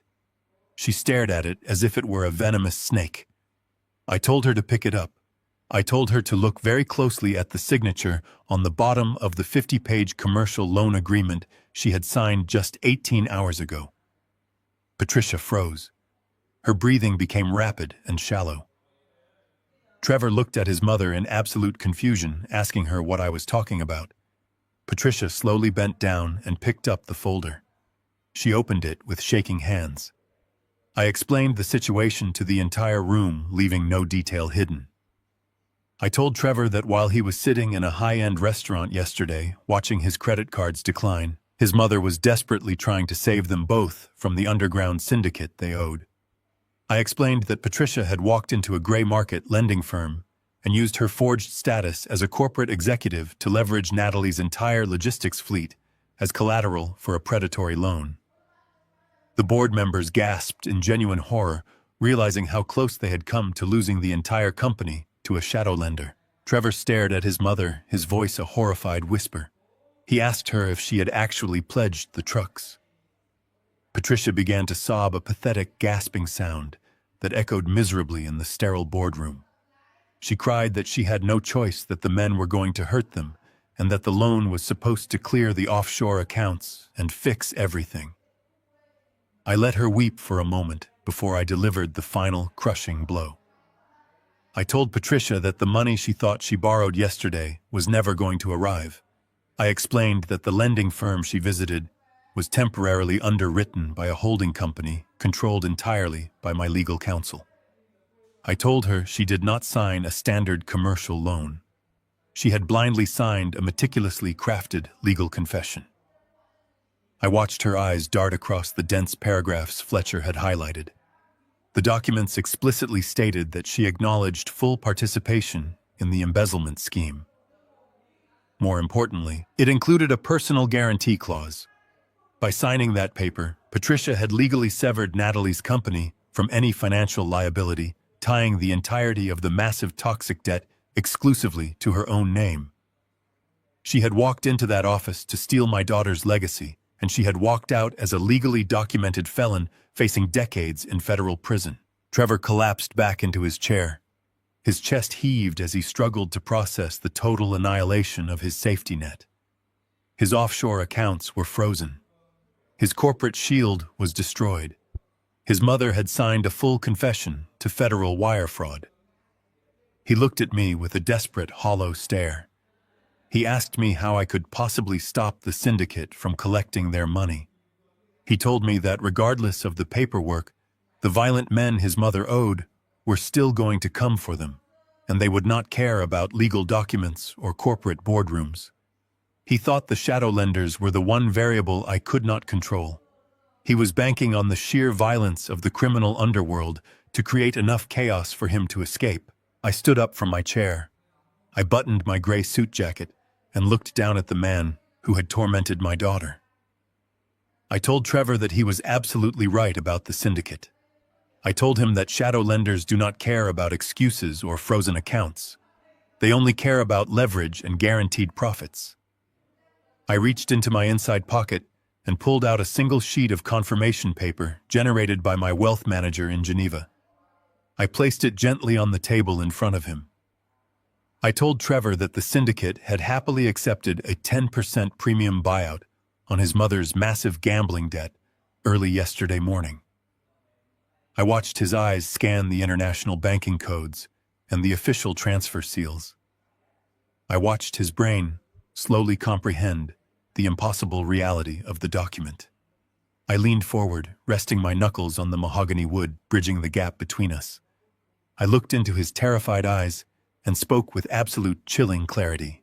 I told him I did not need to stop the syndicate from collecting the money because the syndicate no longer owned the debt. I announced that I had purchased the entire portfolio. I was the new primary creditor. The remaining color drained from Trevor's face, leaving him looking like a polished corpse. He opened his mouth to speak, but no sound came out. Patricia dropped the manila folder and buried her face in her hands, sobbing uncontrollably. The board members sat in stunned silence, completely paralyzed by the sheer magnitude of the financial execution they had just witnessed. I did not raise my voice. I did not gloat. I delivered my final terms with the cold precision of a surgeon. I told Trevor that the $2 million extortion demand he had placed in my pocket was officially rejected. I told him that as the sole holder of his mother's debt, I was executing my right to demand immediate repayment in full.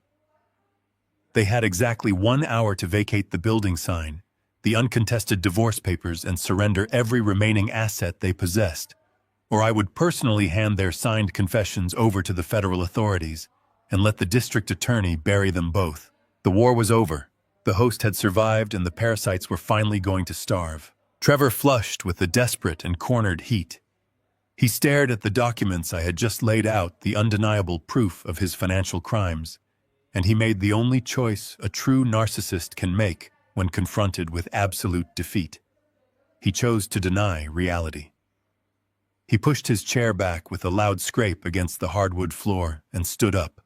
He pointed a shaking finger at me and raised his voice, attempting to fill the massive boardroom with righteous indignation.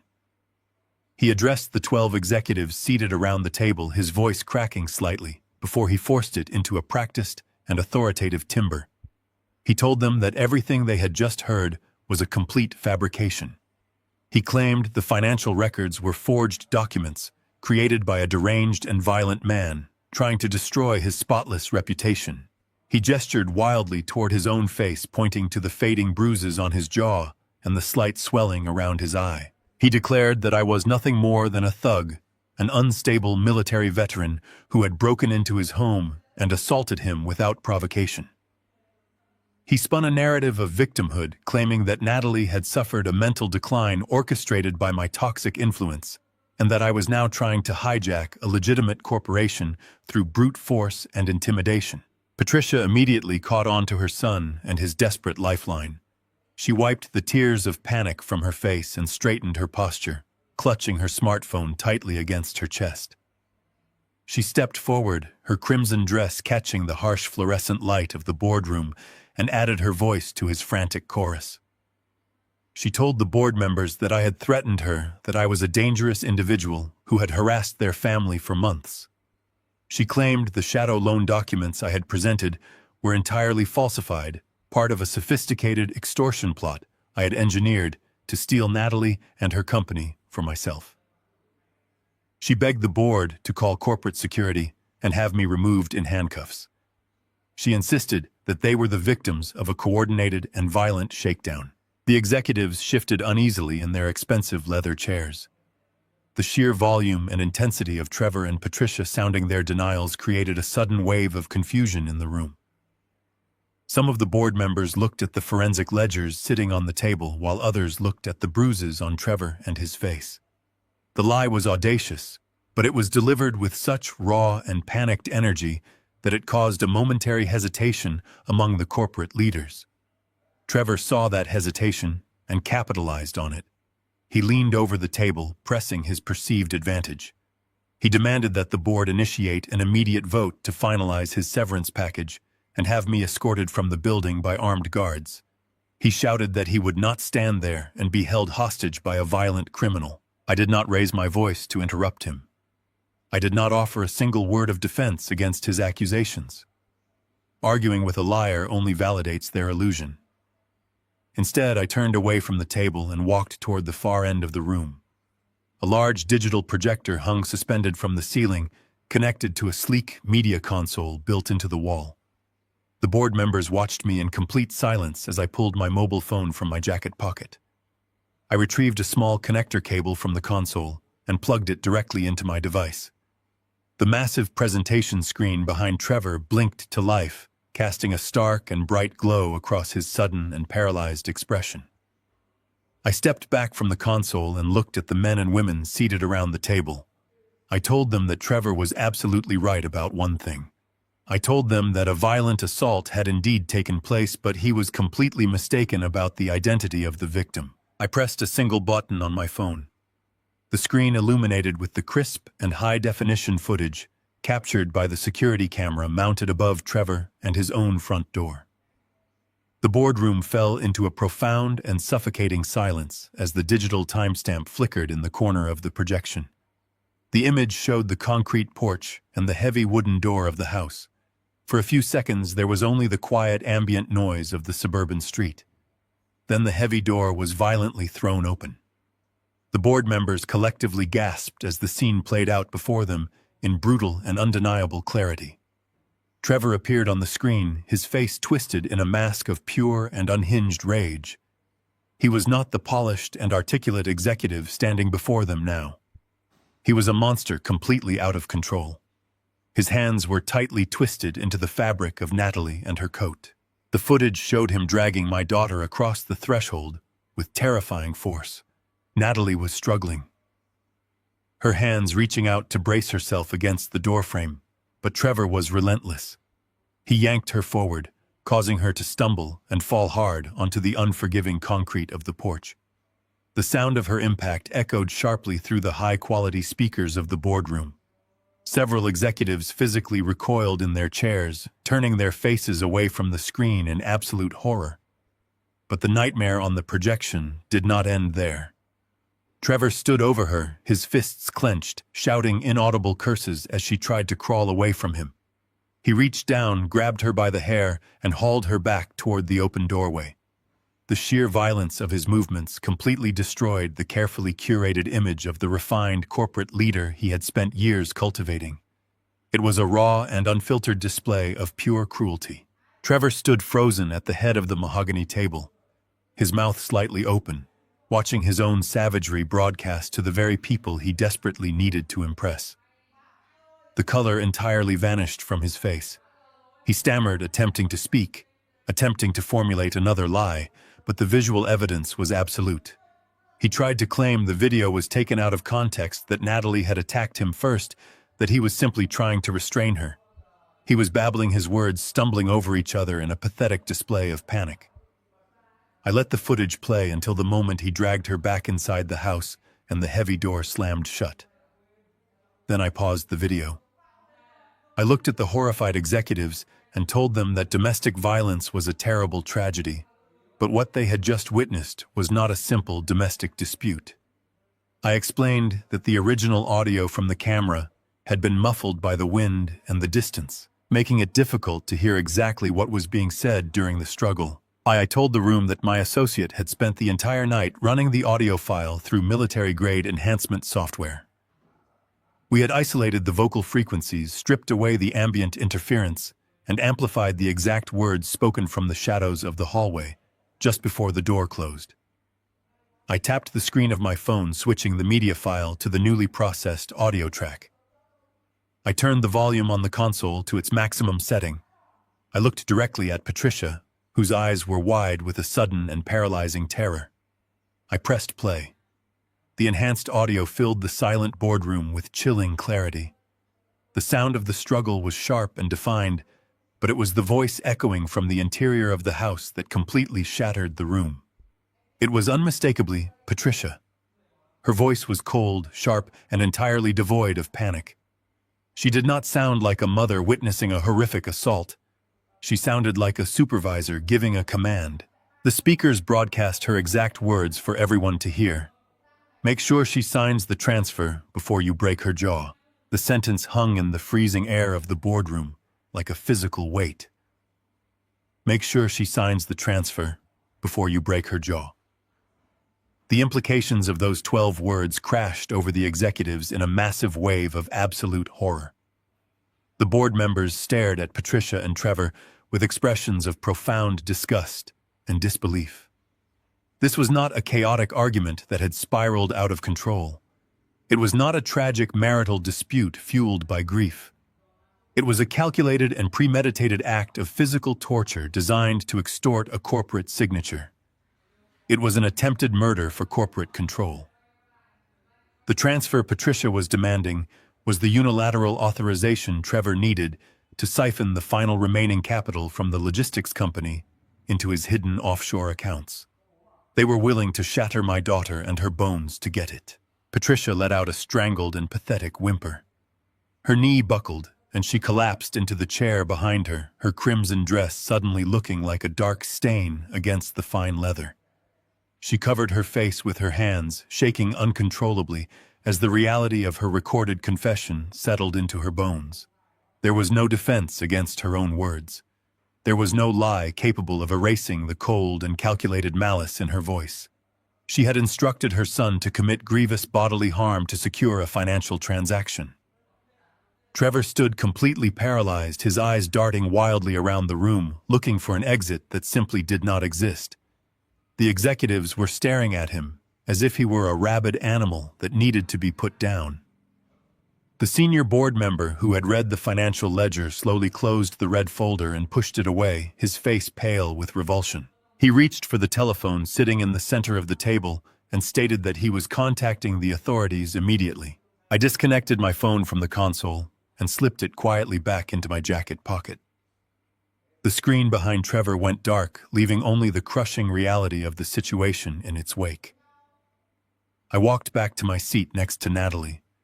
She sat tall and unyielding, watching the utter destruction of the people who had tried to break her.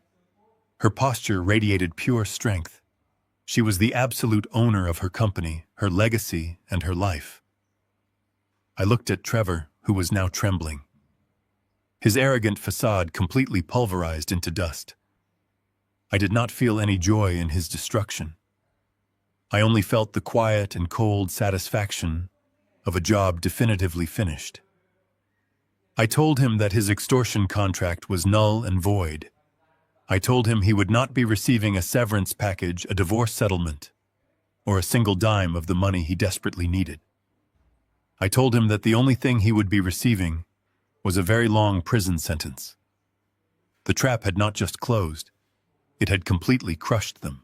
The senior executive at the far end of the mahogany table reached for the conference phone with trembling hands.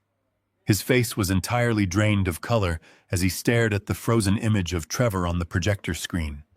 He frantically punched the numbers for building security, wanting to purge the room of the horrifying reality that had just been exposed. I reached across the table and firmly pressed my hand down over the receiver, cutting off the dial tone. I looked at the terrified executive and told him that private corporate security was no longer required for this particular situation. I explained that the authorities had already been waiting in the downstairs lobby for the past 30 minutes. Fletcher stood quietly near the frosted glass wall and adjusted his glasses with clinical precision. He announced to the room that he had personally visited the office of the district attorney precisely at dawn. My attorney had not merely enhanced a piece of security footage to build a defensive corporate strategy. He had delivered a highly encrypted flash drive containing the complete forensic ledger of the offshore shell accounts alongside the high-definition audio file of a premeditated murder conspiracy. We had never planned to negotiate a severance package. We had planned an execution. The heavy oak doors of the boardroom suddenly swung inward. They did not open with the polite hesitation of an executive assistant bringing fresh coffee or updated quarterly reports. They opened with the heavy and undeniable force of the law. 4 uniformed police officers stepped into the room. Their heavy duty belts shifted with a metallic clatter that sounded entirely alien inside the sterile and carpeted corporate sanctuary. They were flanked by 2 plainclothes detectives wearing dark suits and carrying official federal arrest warrants in their hands. The lead detective was a tall man with a face carved from granite and eyes that offered absolutely no sympathy. He did not acknowledge the stunned board members. He did not look at Natalie or me.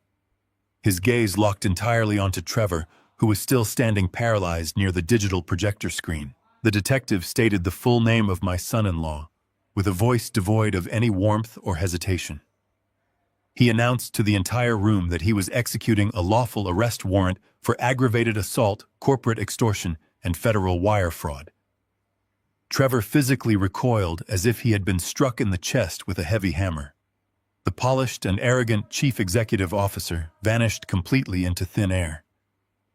In his place stood a terrified and cornered boy who finally realized that his actions carried permanent consequences. He began to back away from the table, holding his hands up defensively in front of his chest. He stammered frantically that this was a massive misunderstanding. He pointed a shaking finger at me and shouted that I was the one who belonged in handcuffs.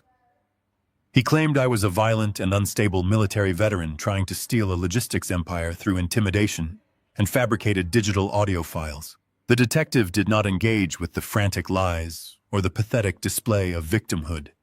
He simply nodded to the 2 uniformed officers standing beside him. They moved forward with practiced and brutal efficiency, grabbing Trevor by the arms and spinning him around to face the wall. The harsh, mechanical click of the steel handcuffs snapping shut around his wrists cut through his frantic babbling like a gunshot. Patricia watched her son being restrained with a look of pure and unadulterated horror. She scrambled backward, knocking over her expensive leather chair. Her crimson dress caught on the edge of the table as she backed herself against the cold, frosted glass wall. Her eyes darted wildly between the police officers and the boardroom exit. Desperation makes cowards rapidly abandon their loyalty. Patricia pointed her manicured hand directly at her own son. She screamed that she had absolutely nothing to do with the financial crimes or the offshore bank accounts. She cried out that she was just a worried mother trying to help her family. She claimed that Trevor had manipulated everything from the very beginning and that he had forced her to sign those predatory loan documents under extreme emotional duress.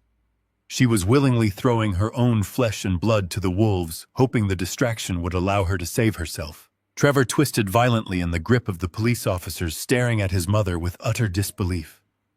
The ultimate betrayal fractured the last remaining pieces of his sanity. He screamed back at her, shouting that she was the one who owed the underground syndicate a massive gambling debt.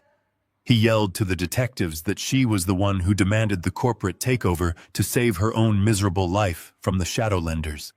They were tearing each other apart right in front of the board of directors. The second plainclothes detective stepped directly in front of Patricia, cutting off her hysterical accusations.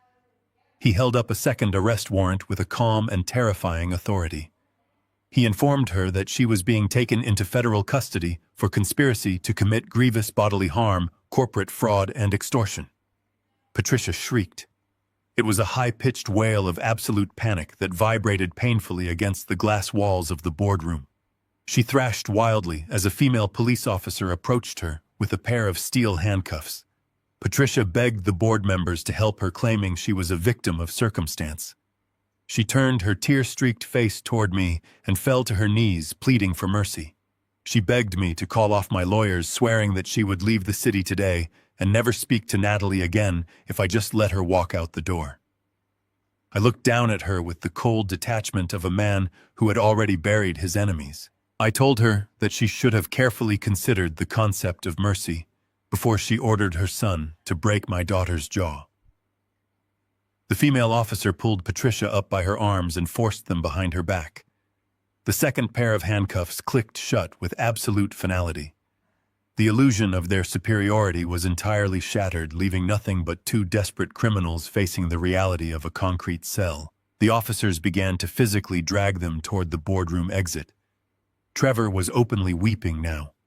His expensive navy suit was rumpled, and his dignity was entirely gone. He dragged his feet against the thick corporate carpet, begging Natalie to forgive him as the officers pulled him past her chair. He swore he still loved her, and that the money meant nothing. Natalie did not even blink. She stared through him as if he were a ghost.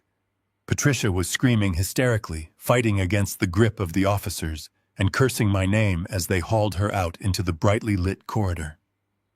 The heavy oak doors swung shut behind them, abruptly cutting off the sounds of their frantic and desperate screams as they were marched toward the elevators and out of our lives forever. The boardroom fell into a profound and absolute silence. The only sound remaining was the low hum of the ventilation system. The 12 executives sat frozen in their chairs, breathing heavily, and staring blankly at the empty space where their temporary dictator had stood just moments ago. The toxic cloud of fear and manipulation that had suffocated the logistics company for 8 long months had finally evaporated. I turned and looked at my daughter. Natalie slowly stood up from her chair. She smoothed the lapels of her charcoal suit and took a deep, steadying breath. She walked with purpose past the empty chair Trevor had occupied and took her rightful place at the absolute head of the mahogany table. She looked at the board members and instructed them to open their digital ledgers so they could begin repairing the damage that had been done. The company was entirely hers again. The underground syndicate was neutralized. The monsters who had tried to break her were sitting in the back of a police cruiser. I stood quietly near the glass wall, feeling the deep and quiet peace of a father who had done exactly what he was supposed to do. the silent adjustment was complete, and the world had been set right. The heavy oak doors of the boardroom had closed on the frantic screams of the two conspirators, but the mechanism of their absolute destruction was only just beginning to turn. I did not need to raise my voice or lift a single finger to finalize their ruin. I simply allowed the legal and financial machinery Fletcher and I had meticulously assembled to do exactly what it was designed to do. As the new primary creditor of the massive underground gambling debt, I held supreme and undeniable authority over every single asset tied to the name of Patricia, and by direct extension, the heavily leveraged lifestyle of her son. The federal authorities were already processing their criminal charges for corporate extortion, wire fraud, and aggravated assault, but I was entirely focused on the immediate execution of their financial evaporation. The trap had broken their bodies and their freedom, but the debt collection would erase their entire existence. By noon the following day, the cold reality of their situation crashed down upon the sprawling suburban estate they had so proudly paraded to their high society friends. Fletcher arrived at the massive iron gates, accompanied by a specialized team of private auditors and court-appointed bailiffs. Trevor and Patricia were sitting in concrete, holding cells waiting for a bail hearing they could no longer afford to attend. Their expensive defense attorneys had officially abandoned them the exact moment their retainer checks bounced against frozen offshore accounts. The auditors moved through the grand hallways of the mansion, cataloging every piece of designer furniture, every imported rug, and every piece of fine art with clinical precision. The sleek silver sports car Trevor had purchased using funds siphoned from the logistics company of my daughter was unceremoniously towed away before the wealthy neighbors could even finish their morning coffee. The sprawling estate itself was placed under immediate foreclosure proceedings. The fraudulent commercial loan Patricia had signed to save her own life effectively surrendered the deed directly to me, making the eviction absolute and legally bulletproof. The financial annihilation was total and completely ruthless. Every hidden offshore account Wallace had tracked down in the Cayman Islands was seized by federal investigators as part of the massive wire fraud conspiracy. The elaborate maze of shell corporations Trevor had created to launder the legacy of my daughter was systematically dismantled by government accountants. The seized assets were routed directly back to the logistics firm to repair the fabricated deficits he had used as leverage. Trevor had spent 8 months attempting to orchestrate a grand narrative where he was the wealthy and brilliant savior of a failing enterprise. Now, he was officially a bankrupt felon, stripped of the very capital he had stolen to build his arrogant illusion. The prestigious country club memberships were instantly revoked. The exclusive black credit cards were permanently canceled. The violent syndicate that had once haunted the every waking moment of his mother was no longer a threat because they had taken their premium buyout from me and vanished, leaving Patricia completely exposed to the merciless light of the judicial system. They had nothing left to leverage and nobody left to manipulate. The public humiliation followed swiftly, catching them in a suffocating web of local news broadcasts and vicious corporate gossip. The board of directors at the logistics company wasted no time in issuing a comprehensive press release detailing the attempted hostile takeover and the subsequent federal arrests. Trevor was paraded across the evening television screens not as a visionary chief executive, but as a desperate and abusive criminal who had conspired with his own mother to violently steal the inheritance of his wife. Their high society peers, the shallow people they had so desperately tried to impress, quickly distanced themselves. Former friends and business partners erased Trevor and Patricia from their social circles as if they were a highly contagious disease. Nobody wanted their name attached to a mother and son who had been caught on camera planning an attempted murder for corporate control. The isolation they experienced was absolute and entirely of their own making. When the bail hearing finally arrived the following week, the judge looked down from the bench at the overwhelming mountain of evidence. The prosecutor presented the high-definition doorbell camera footage, the enhanced audio recordings of their violent conspiracy, and the undeniable proof of their severe flight risk. The judge did not hesitate. Bail was categorically denied. Trevor and Patricia were remanded to county custody wearing bright orange jumpsuits and cheap canvas shoes. They were forced to sit in sterile cells and await a trial that would ultimately sentence them both to decades in a federal penitentiary. The arrogance that had once defined their every movement had completely shattered into a permanent state of panicked despair. They had tried to push a grieving woman off a metaphorical cliff, but they had merely dug their own graves in the process. I stood on the back porch of my quiet home, looking out over the fading colors of the evening sky. I felt the cool breeze brush past my face, carrying away the last lingering remnants of the toxic storm that had threatened to consume my family. Natalie was safe back at the helm of her company, rebuilding her life and her legacy with the quiet and fierce resilience she had inherited from her mother. The predators who had viewed our kindness as a weakness were currently sitting behind thick steel bars, stripped of their stolen wealth, their freedom, and their hollow pride. I took a deep breath, letting the crisp air fill my lungs. I felt a profound and unshakable peace settling deep within my bones. I had not sought revenge out of malice. I had simply balanced the scales of justice using the very weapons they had brought to the battlefield. I turned and walked back inside my warm home, leaving the darkness entirely behind me. The silent adjustment was complete, and the world was finally right again. I watched my daughter stand at the head of the mahogany table. The room was perfectly still. The 12 corporate executives who had just witnessed the absolute destruction of their former chairman now looked to her for guidance. Natalie did not shrink under their collective gaze. She placed her hands flat against the polished wood and leaned forward. The exhaustion and fear that had plagued her for the past 8 months were completely gone. In their place was a cold and unyielding authority. She spoke to the board members with a voice that reminded me so much of her mother. It was clear and resonant and devoid of any hesitation. She instructed the financial officers to freeze every internal account and begin a comprehensive audit to trace the funds we had just recovered. She commanded the operations directors to contact their fleet managers and reassure the drivers that the logistics company was secure. She told them that the era of toxic management and financial instability was permanently over.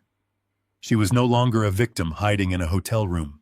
She was the absolute master of her own empire, taking back the legacy that had been stolen from her. I stood near the frosted glass wall and felt a profound sense of peace wash over me. My job in that building was finished. I gave Fletcher a quiet nod of gratitude. He secured his leather briefcase and returned the gesture.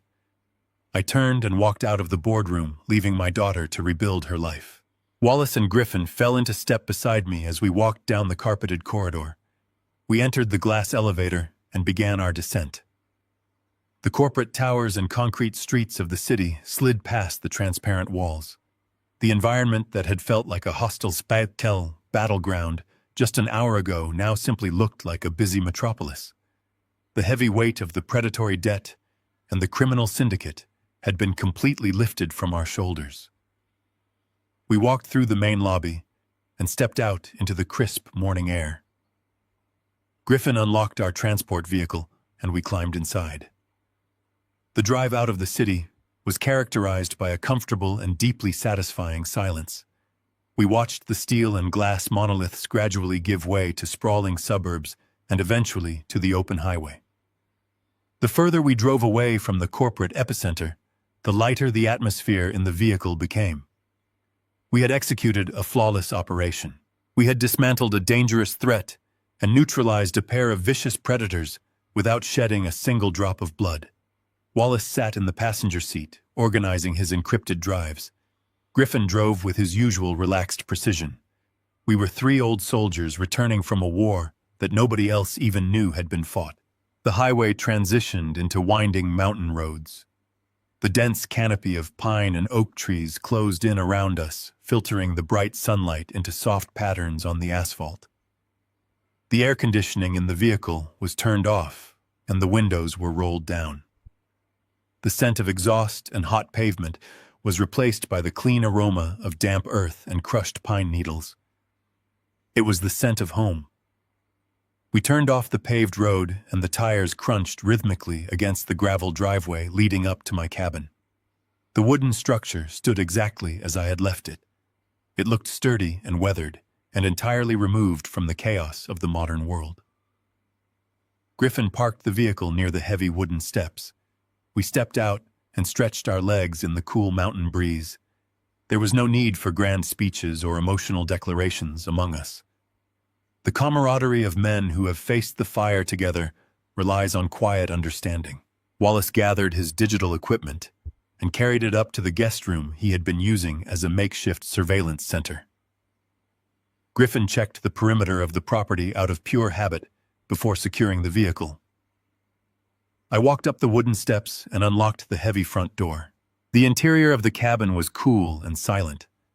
The familiar scent of wood smoke and old leather greeted me like a comforting memory. I walked into the kitchen and set my keys on the counter. I removed my tailored black suit jacket and draped it over the back of a wooden dining chair. I loosened my tie and unbuttoned the collar of my shirt. The armor I had worn into the corporate battlefield was no longer necessary. I filled the glass carafe with fresh water and poured it into the coffee maker. I measured out 3 scoops of dark roasted coffee grounds. I focused entirely on the simple and mechanical routine of the task. For the past week, my mind had been consumed by financial ledgers and offshore routing numbers and extortion plots. Now I allowed myself to focus only on the sound of the water boiling and the rich aroma of the brewing coffee filling the kitchen. Wallace came downstairs carrying his packed duffel bag. He set it near the door and poured himself a cup of coffee. Griffin joined us a moment later. We stood around the kitchen island, drinking the dark liquid in companionable silence. Wallace mentioned that the federal authorities had already frozen the last of the shell accounts and that the district attorney was actively drafting the formal indictments. The legal machinery was moving exactly as Fletcher had designed it to move. We finished our coffee and washed our mugs. Wallace and Griffin gathered their belongings. They had their own lives and their own quiet corners of the world to return to. We shook hands firmly at the front door. I thanked them for their loyalty and their expertise. They climbed into the vehicle and drove down the gravel path, leaving me alone with the profound quiet of the woods. I poured myself a second cup of black coffee and walked out onto the back porch. The sun was beginning its slow descent behind the jagged peaks of the mountains. The sky was painted in brilliant shades of amber and deep violet. I sat down in the heavy wooden rocking chair. The wood creaked softly beneath my weight, a familiar and comforting sound. I rested my hands on the smooth armrests and looked out over the vast expanse of the forest. The wind moved gently through the upper branches of the towering pine trees, creating a sound like a distant and rushing river. A solitary hawk circled high above the tree line, hunting for its evening meal. The natural world was completely indifferent to the greed and the panic and the corporate betrayals of the city. It operated on a system of pure and ancient balance. I took a slow sip of the bitter coffee. The heat spread through my chest, chasing away the last lingering chill of the corporate boardroom. I thought about my late wife. I thought about the values we had tried to instill in our daughter. We had taught Natalie to be strong and independent, and to build her life on a foundation of honest labor. We had never prepared her for the predatory cruelty of a man like Trevor, or the toxic manipulation of a woman like Patricia. But Natalie had survived them. She had endured their abuse and their treachery, and she had emerged stronger and more resolute than before. She did not need me to fight her battles anymore. She had reclaimed her territory, and she would guard it fiercely. I felt a deep and abiding pride in the woman she had become. The dark storm that had threatened to consume her life had been entirely broken. The massive debts were wiped clean. The company was secure. The enemies who had tried to steal her legacy were sitting in concrete cells facing the absolute ruin of their own creation. I leaned my head back against the wooden chair and watched the shadows lengthen across the forest floor. The tension that had been coiled in my muscles for weeks finally unraveled. The air was perfectly still. The relentless pressure of the mission had vanished, leaving only the quiet rhythm of the evening behind. I closed my eyes and listened to the rustling leaves. The debt was paid in full. The balance was restored. The hunt was over. True strength is never found in the loud displays of arrogance or the violent manipulation of the vulnerable. It resides in the quiet resilience of those who endure and the meticulous patience of those who seek justice. Greed builds a fragile empire on a foundation of lies, ensuring its eventual collapse. When you choose to protect what is right with absolute clarity and unwavering focus, you dismantle the power of those who exploit others. The greatest victory is not the destruction of your enemies, but the restoration of your own peace and the reclamation of your rightful legacy. If this story of resilience and justice resonated with you, please share your thoughts in the comments below and subscribe for more narratives of triumph against the odds.